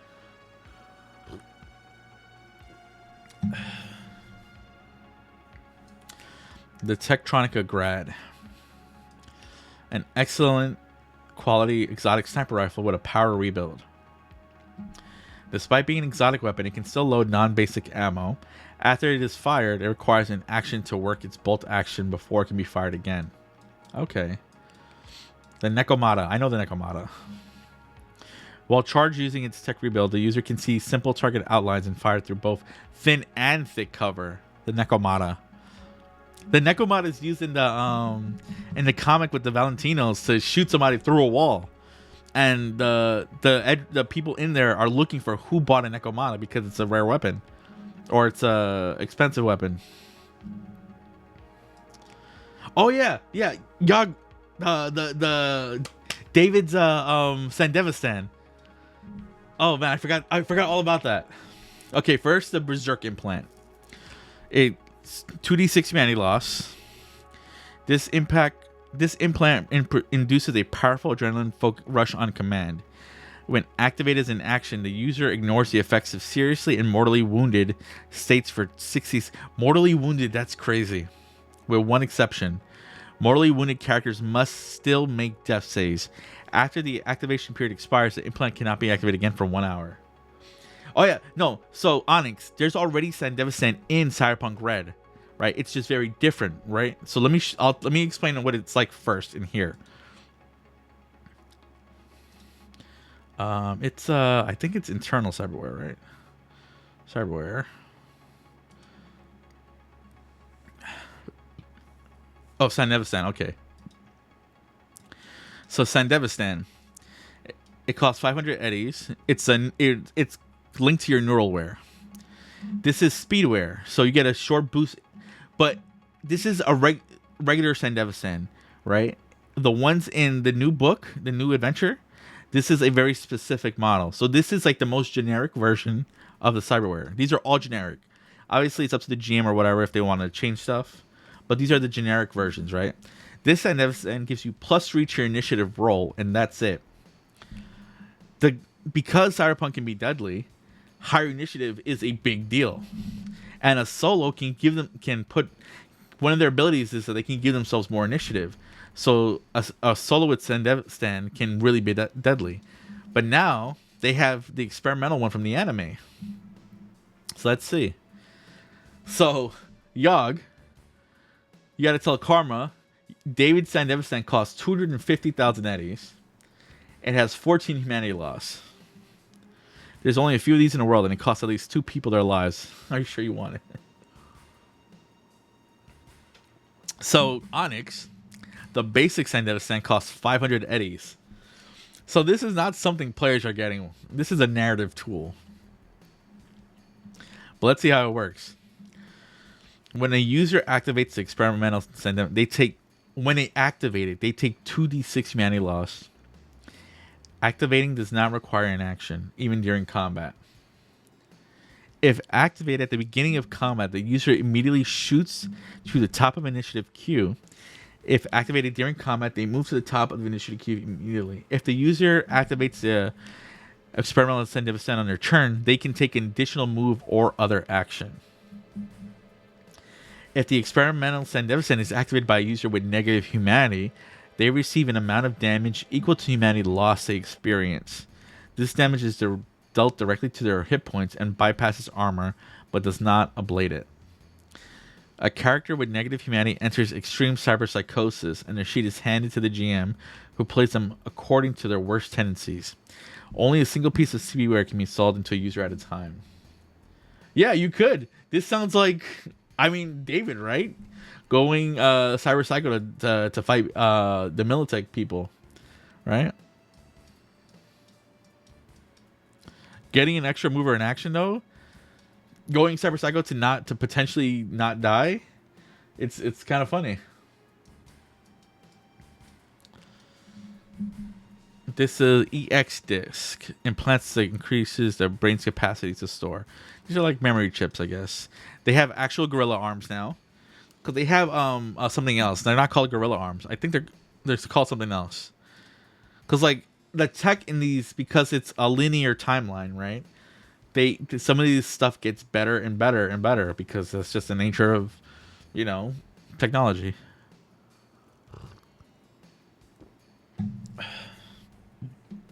Gorilla arms.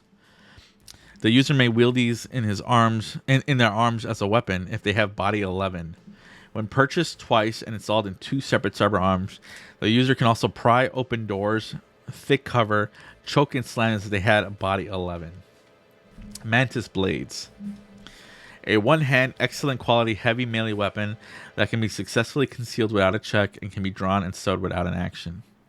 While the weapons are popped up, the user can't hold anything in the arm's hand. When purchased twice and installed in 2 separate cyber arms, the user can negate the normal movement penalty for climbing while they have both weapons popped up. That's cool. So you can just... Because you were supposed to originally, with the Mantis Blades, be able to climb walls in 2077, but they removed that feature because they just couldn't make it work. And here's Monowire. Monofilament whip that can be concealed successfully without a check. One-handed exotic heavy melee weapon capable of making melee attacks from up to 6 meters or 3 squares away. Whenever a monowire causes a critical injury, the aggressor rolls twice on a table and chooses their favorite option for the victim to suffer. Oh man, that's really cool. Oh man, monowire sounds fun. I like monowire. I would probably take that as a player. So you didn't get to experience it, but in this system, critical injuries they cause, you take damage, but they do not permanent, but you have to get them healed at a hospital or surgery or whatever. So like an example of a critical injury is you have a dismembered arm, your collapsed lung, a broken rib, a torn muscle, spinal injury. Obviously, some are worse than others. Some of them require just a simple first aid check. Some of them require actual surgery, and it costs money. I've had one time the players were so broke, they had to deal with their critical injury.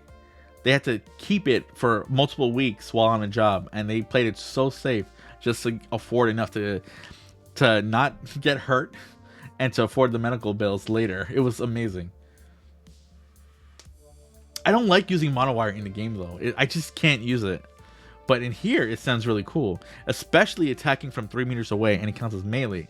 Because melee in Red Onyx, you ignore half the armor someone is wearing, so that makes monowire really strong. And it counts as a heavy melee weapon, which means it does 3d6 damage. That's a tripwire. I'm curious how that'll work. Oh, that's cool. Yeah, that's really cool. How does hijinks monowire work in your thing? How does Magic Missile handle it? Humanity loss 7. Oh, Yog, did you hear the thing I read on David Sandevistan? Generally do not know. Oh well.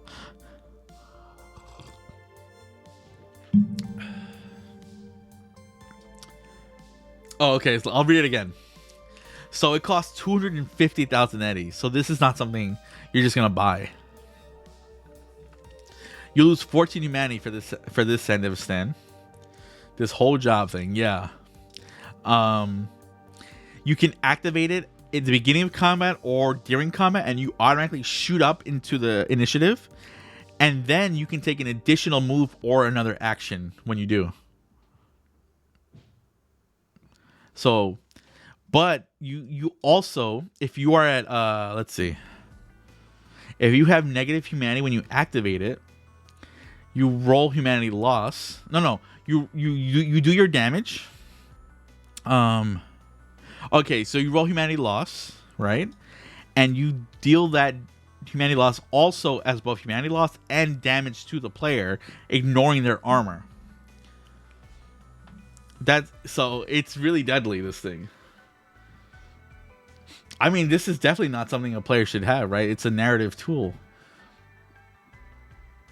But like, if you go into zero, the GM is supposed to control it, not you as a player. It says a character with negative humanity enters extreme cyberpsychosis, and their sheet is handed to the GM, who plays them according to their worst tendencies. So, this could be a really big, a moment where it hurts the players as much as it hurts whoever you're fighting. So, this is really cool. Now they're a threat to the party. Yeah, exactly. And with 14 humanity loss, that's a big deal. Because you could potentially lose 2 empathy for that. Because the way it works, Onyx, every time the 10th place of humanity goes down, the stat that determines humanity. So for every 1 point of empathy you have 10 humanity. The max a stat can be attribute can be is 8. So that's potentially 80 humanity. So when humanity itself lowers by 10, the 10th place goes down, the empathy itself is also reduced by 1. So now the new cap on your thing is the highest your empathy. So if you go from 8 to 7, you can't be higher than 70. Yeah, I think that's right. I could be mixing it up right now. But basically, this could potentially do much more damage than it sounds from reading.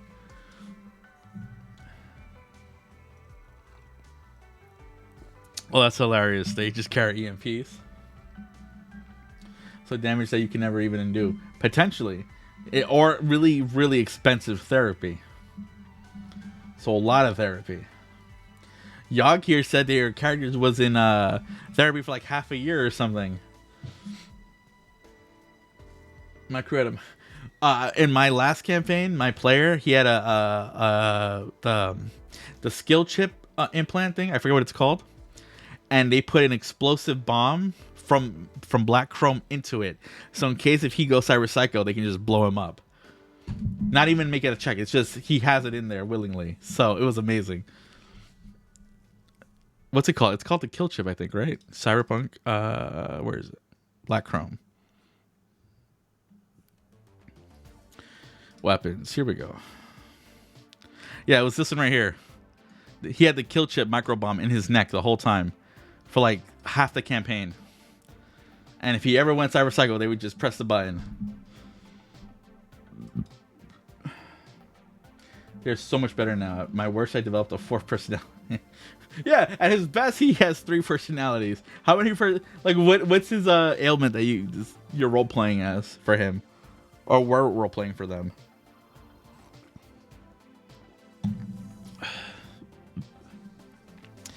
Okay, so the Neuroport has a Neuralink, a phone. I guess that's what they mean. There's no agents here, right?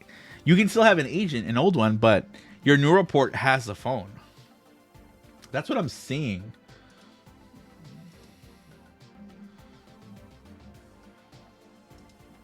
Let's see what they say on the Artel story in Discord.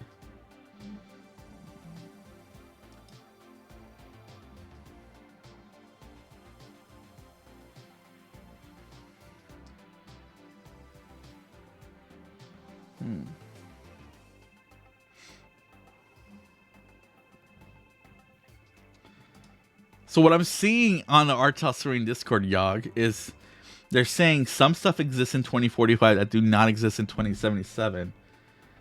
We'll find out in the future why, just not right now. So I guess we're just gonna have to keep waiting. When was the anagram? Who thought they were the original? Oh yeah. That's really cool. The race Bart Moss one.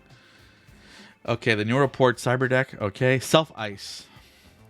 With each installation, a single pass wall is placed into you. Okay, so it's not.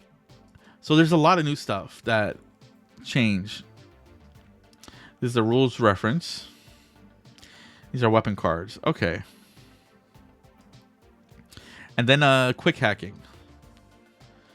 Let's see. Netrunners can perform one meat action or up to 3 net actions on their turn.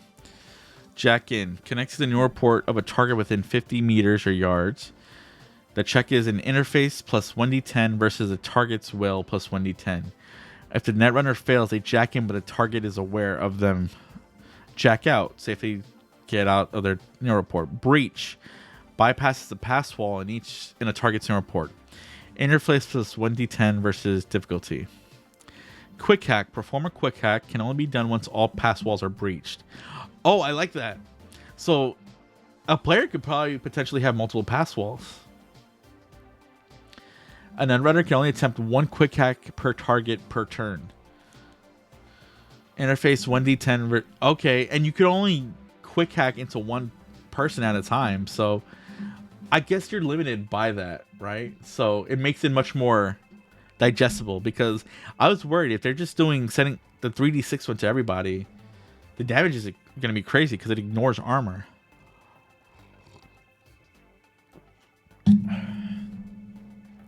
A target who's aware they are being quick attacked can attempt to eject the netrunner with a will plus concentration check plus 1d10 versus the netrunner's interface plus 1d10.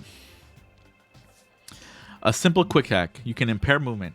Target's move is lowered by 1 for 60 seconds. If reduced to 0, they can't take a move act. I do like that though. Not letting people move. Sonic shock.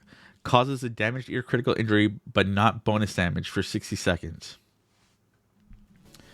A standard quick hack are DV8. Overheat.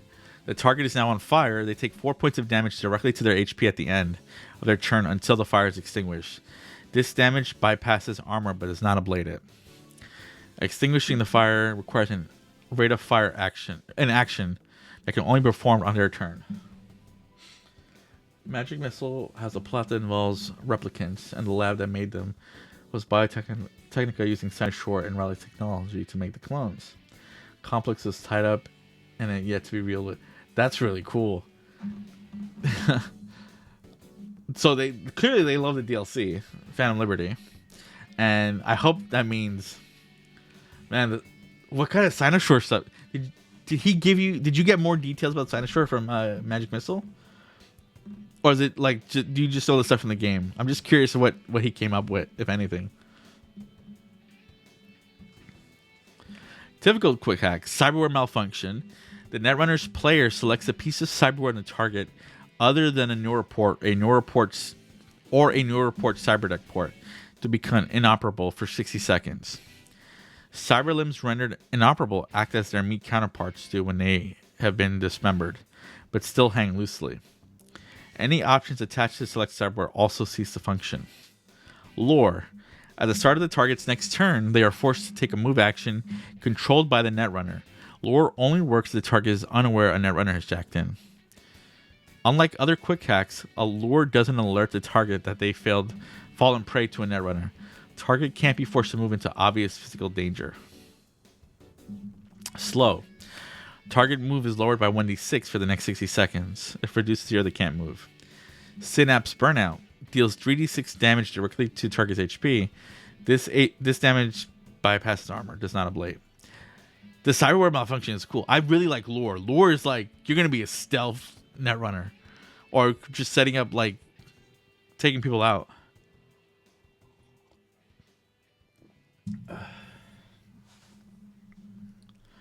My eyes.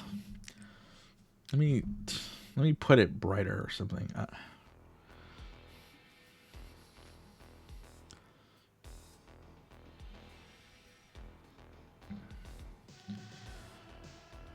Okay.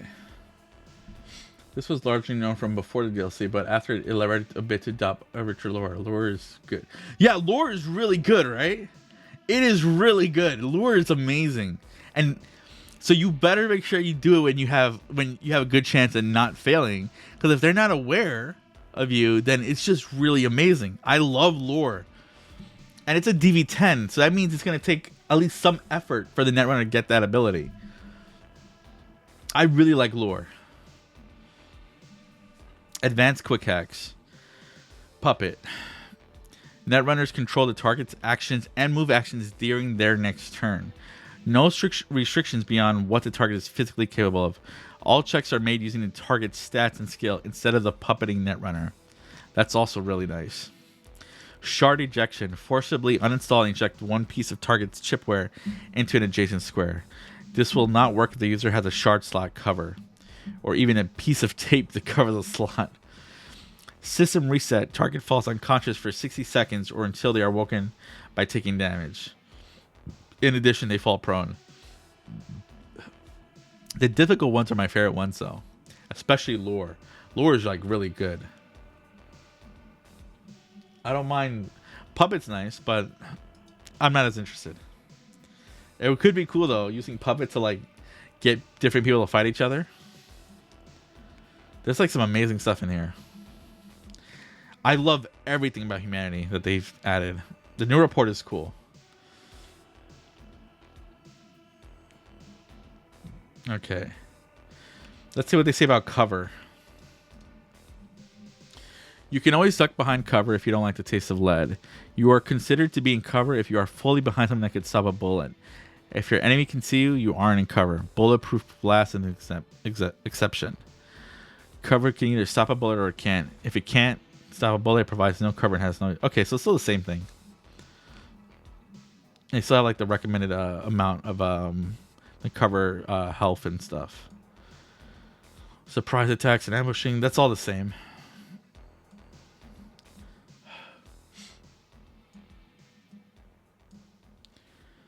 Auto fire still 2d6, right? Yeah, it's still 2d6. Same DV table.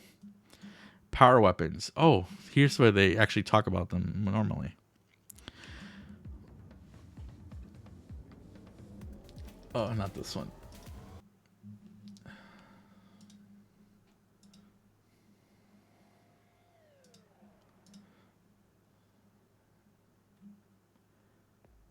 Okay.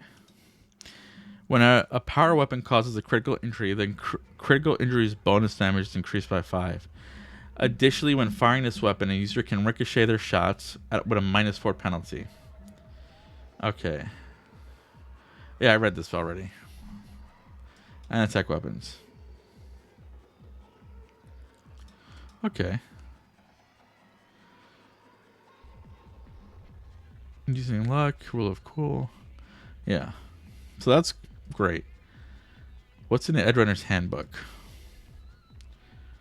This is, I think, lore of 2077, right?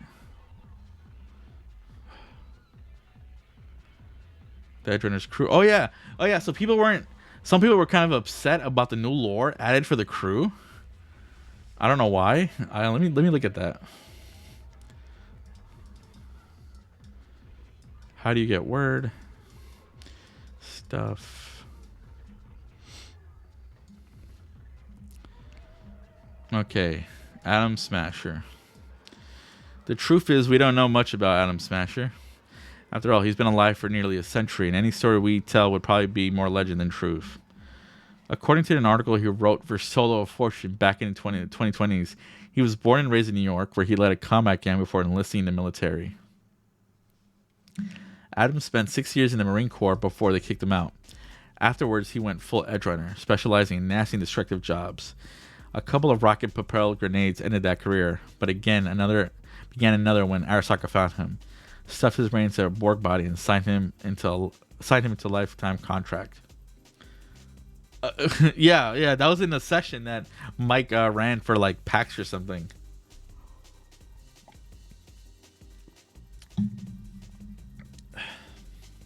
We know. I don't know if that counts as canon actually, because it was just during a game. But the way he frames it is that she was just trying to like annoy her father, Arasaka. We know Adam was active up to and during the Fourth Corporate War. He specialized and took joy in leading strike forces to slaughter communities full of not only enemies but their families as well. Rumors placed him in Arasaka's Night City's HQ when the nuke went off. If so, the metal bastard survived the blast and he fell off the radar.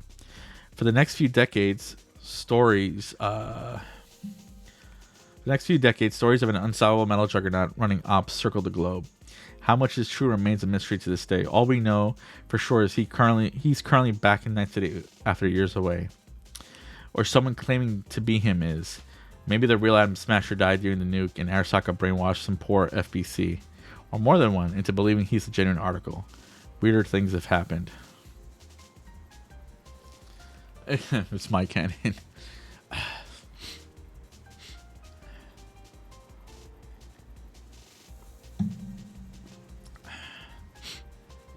Tell me you remember those scenes from your rom-coms of yore. You say a city, a man, and a woman walking down the street. The woman suddenly stops due to a contraction. A big one then knocks the wind out of her.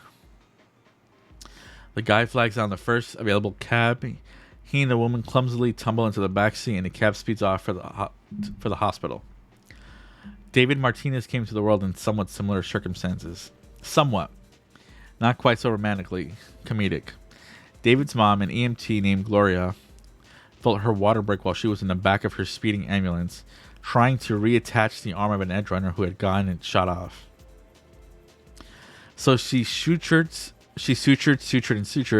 got it done, told the Edgerunner to swap seats with her, then proceeded to deliver her own baby on a gurney, the ambulance still speeding towards the hospital.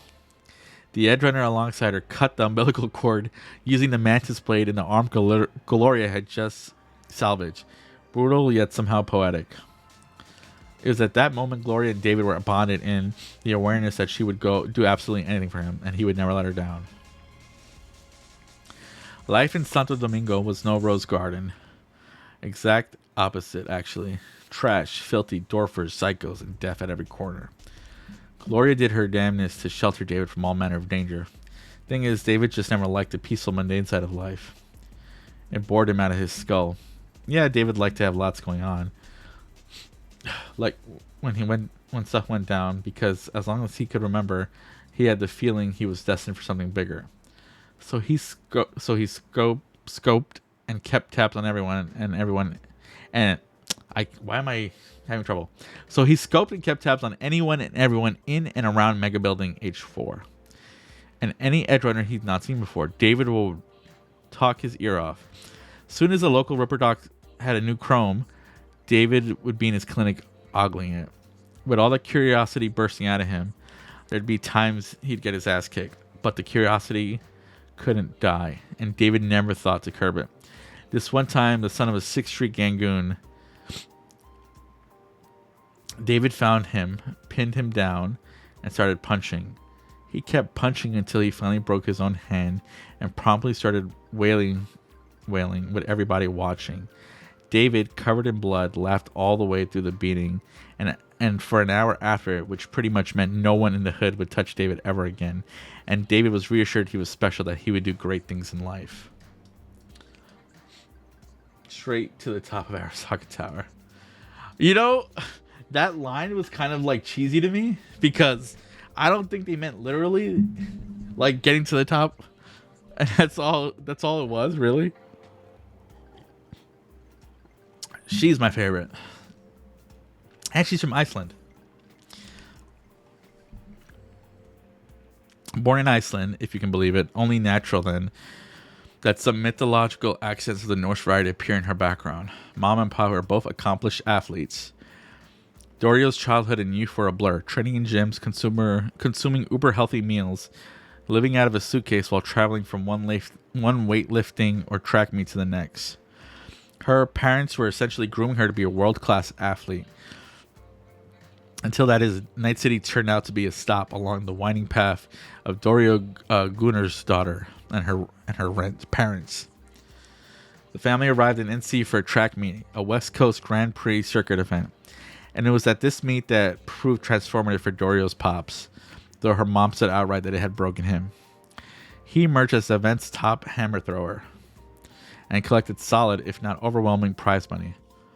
Then he realized that what that what he had in his hand was peanuts, because he could make so much more by winning a single punch up on the underground fight circuit run by the animals.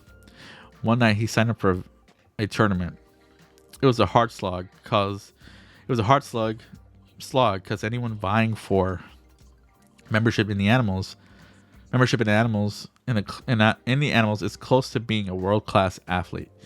But Pops came back out on top. Ka-ching. The animals paid out and took him on as a member. Oh, I didn't know her dad is in the animals. It's like a mod being flew out. Much easier that was.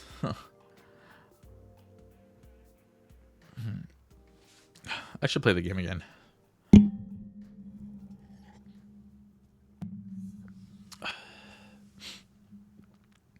Dorio's mom didn't love it. In fact, she didn't like it one bit.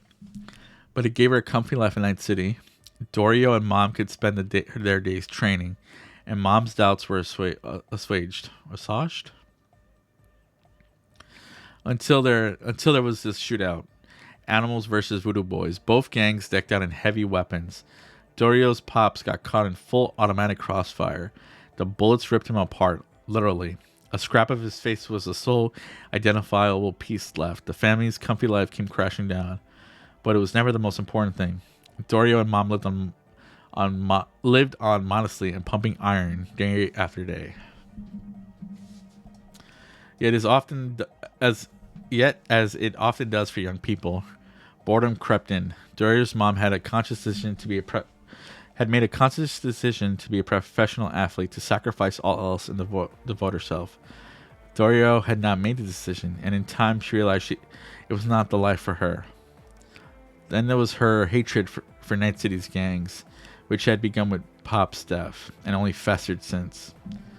She had a special place in the black corner of her heart for animals and Voodoo Boys. She could do anything about it as a weightlifter. She skipped practice here, a meet there, and wandering the city streets instead, looking down many dark alleys, searching for something. She didn't know what. Finally, she bought herself a gun. It seemed organic, the natural thing to do. Then she trained her gaze on an animal. Random guy. She observed, she followed, she stalked. A thought began to bud in her mind. The skunk, unaware of Dorio or anything that had happened to her, would die. She would kill him and quench her rising hatred. And so one night, she followed him to a bar. She watched him drink. The guy drank a lot. When he got up to use the John, she followed him there. As he vacated his bladder, she puts the barrel of her gun to his head, but she failed to pull the trigger. A split second later, she was on the floor with a broken nose. The animal stood over her, the barrel of her gun now staring in her face. But he didn't fire either, because just then his brain exploded. Its pieces looked like glitter on the walls. Maine had dropped him. Maine, who had been stalking Dorio while she's been stalking a Gangoon. Maine, who now helped her up and said he was looking for peeps for his crew of Edgerunners. It only took a heartbeat for Dorio to sign on. I like Dorio. I'm about to try it in VR soon. No, thanks for stopping by, Yogmoth. Appreciate it. No, you didn't miss anything, Onyx. I was just like reading the new the stuff they have on the backstories of the characters. David's mom birthed him after she patched up an Edgerunner who lost an arm. She made the Edgerunner cut off his umbilical cord. Funny enough.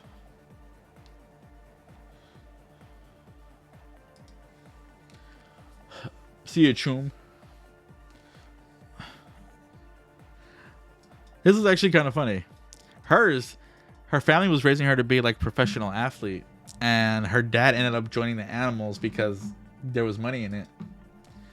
And then he got killed by the Voodoo Boys. I don't care about Falco. Why is he even here?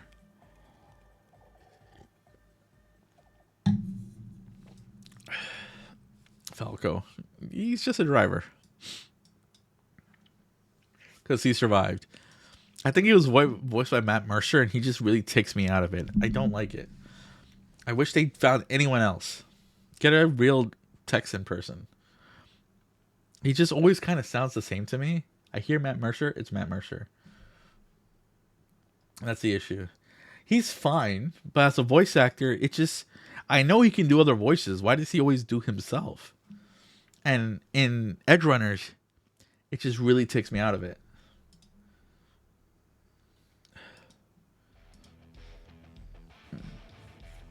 My throat is hurting. Let me turn off these lights for a second. Ooh. Born in the free state of Texas, Falco's parents own vast swaths of land they cultivated in close collaboration with Biotechnica.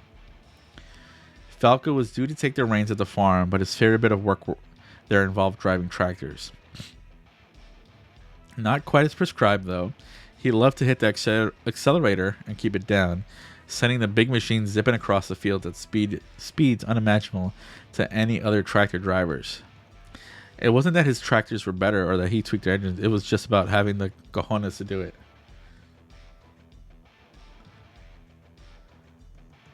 Yeah, no, like, you know, let me show you someone he voices. Nolan North. Dota 2 Keeper of the Light voice lines. Nolan North voices this guy. You would never guess it's him.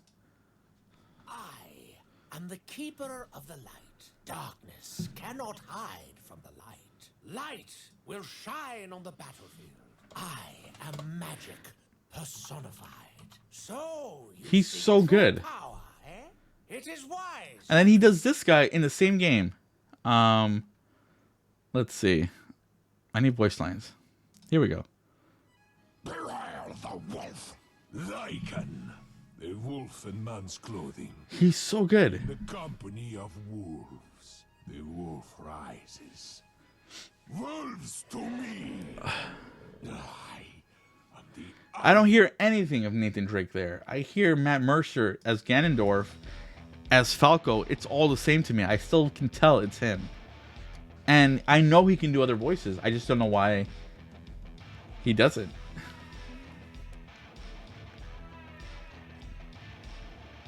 So it's just kind of annoying. I know they're just two characters for the same game too that Nolan North did. It's in Dota 2. And he has, I don't know what else he's done. He's done Uncharted in Dota 2. I'm sure he's done a bunch of other stuff.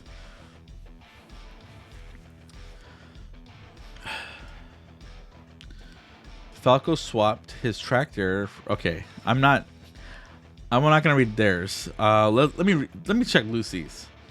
Apparently, some people were complaining about Lucy's. I don't know why. Born in Warsaw to a Polish-Japanese family, Lucy's father, Takeshi Kushinada, was a veteran of the Fourth Corporate War. When hostilities ended, he was assigned to the Arasaka garrison in Warsaw. Her mother, Shimmer, a member of a gang of Polish netrunners called 404 Squadron, that's funny, dropped to the underground life after meeting Takeshi, falling in love and starting a family with him. Let me put something chiller.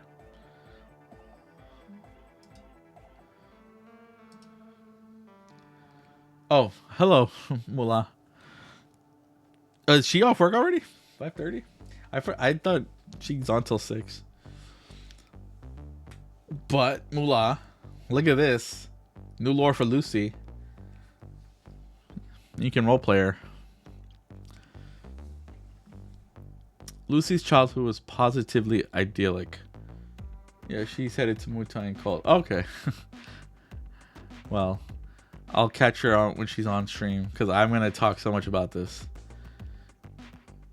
She attended the best schools and she and her family lacked for nothing, traveled frequently, and while home, enjoyed a spacious villa and garden in a luxury gated Arasaka community near Warsaw's northeastern city limits.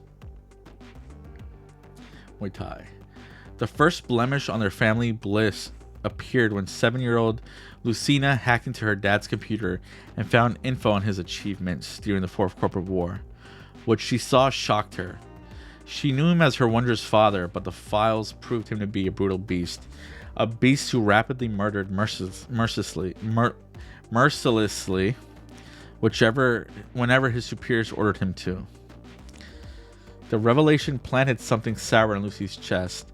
a stinging, a burning that commanded her to rebel, to run away from home, and to spend more and more time on the net.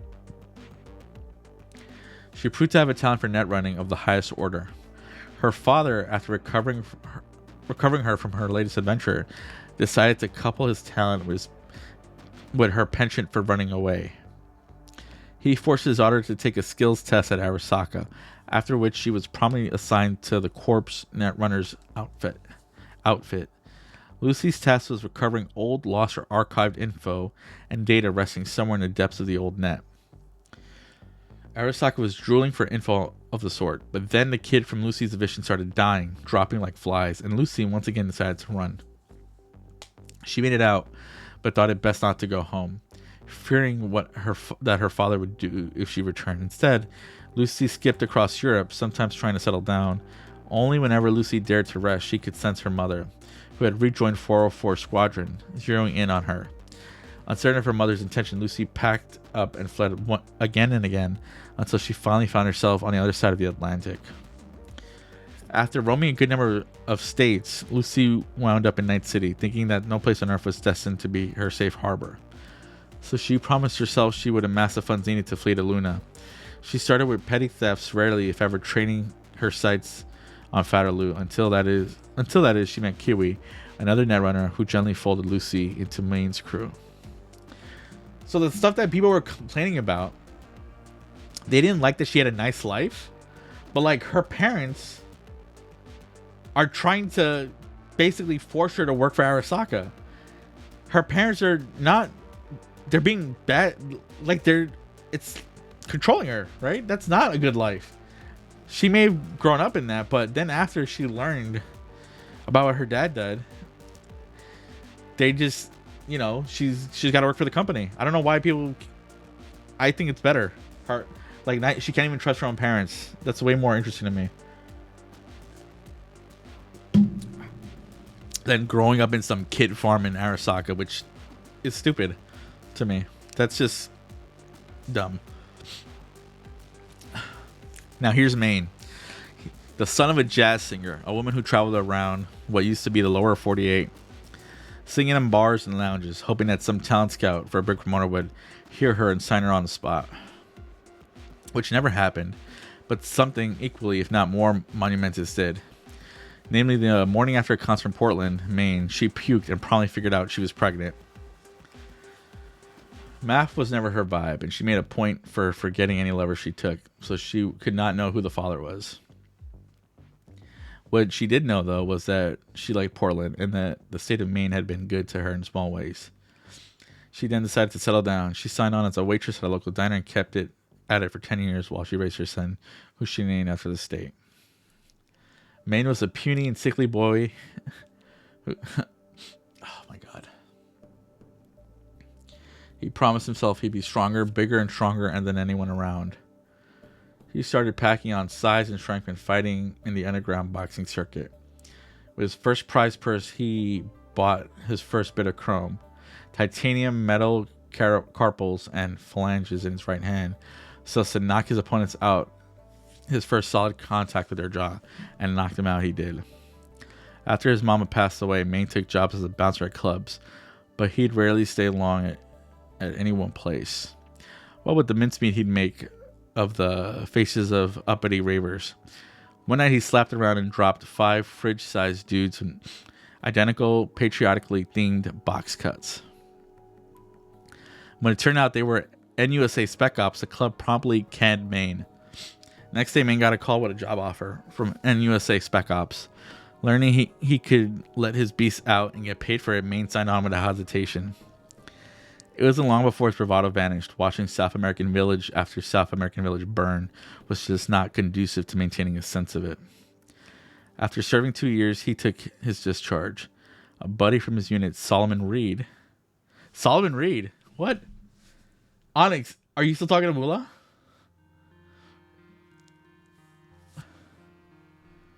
Oh, she would love to know that. He knew Solomon. A buddy from his unit, Solomon Reed, offered work at a different sort. Specifically, work aimed at building a network of spies in Night City to support the NUSA's unification war effort. Though Maine turned Solomon down, he did acknowledge that Night City was fertile ground for something. Not soldiering, no, but independent contract work. And thus Maine decided to become an Edgerunner and form his own crew. That's a cool little thing that he knew Solomon. She's happy, Lucy. I mean, oh Lucy, yeah. I like. Oh, Rebecca, right? I like Rebecca. Okay. You know, my throat is actually hurting. I'm not gonna read this on stream just because this is a whole mission kit. I do like how they have this laid out, though. This is so much better than them just telling me what happens. I can just jump around. Much easier.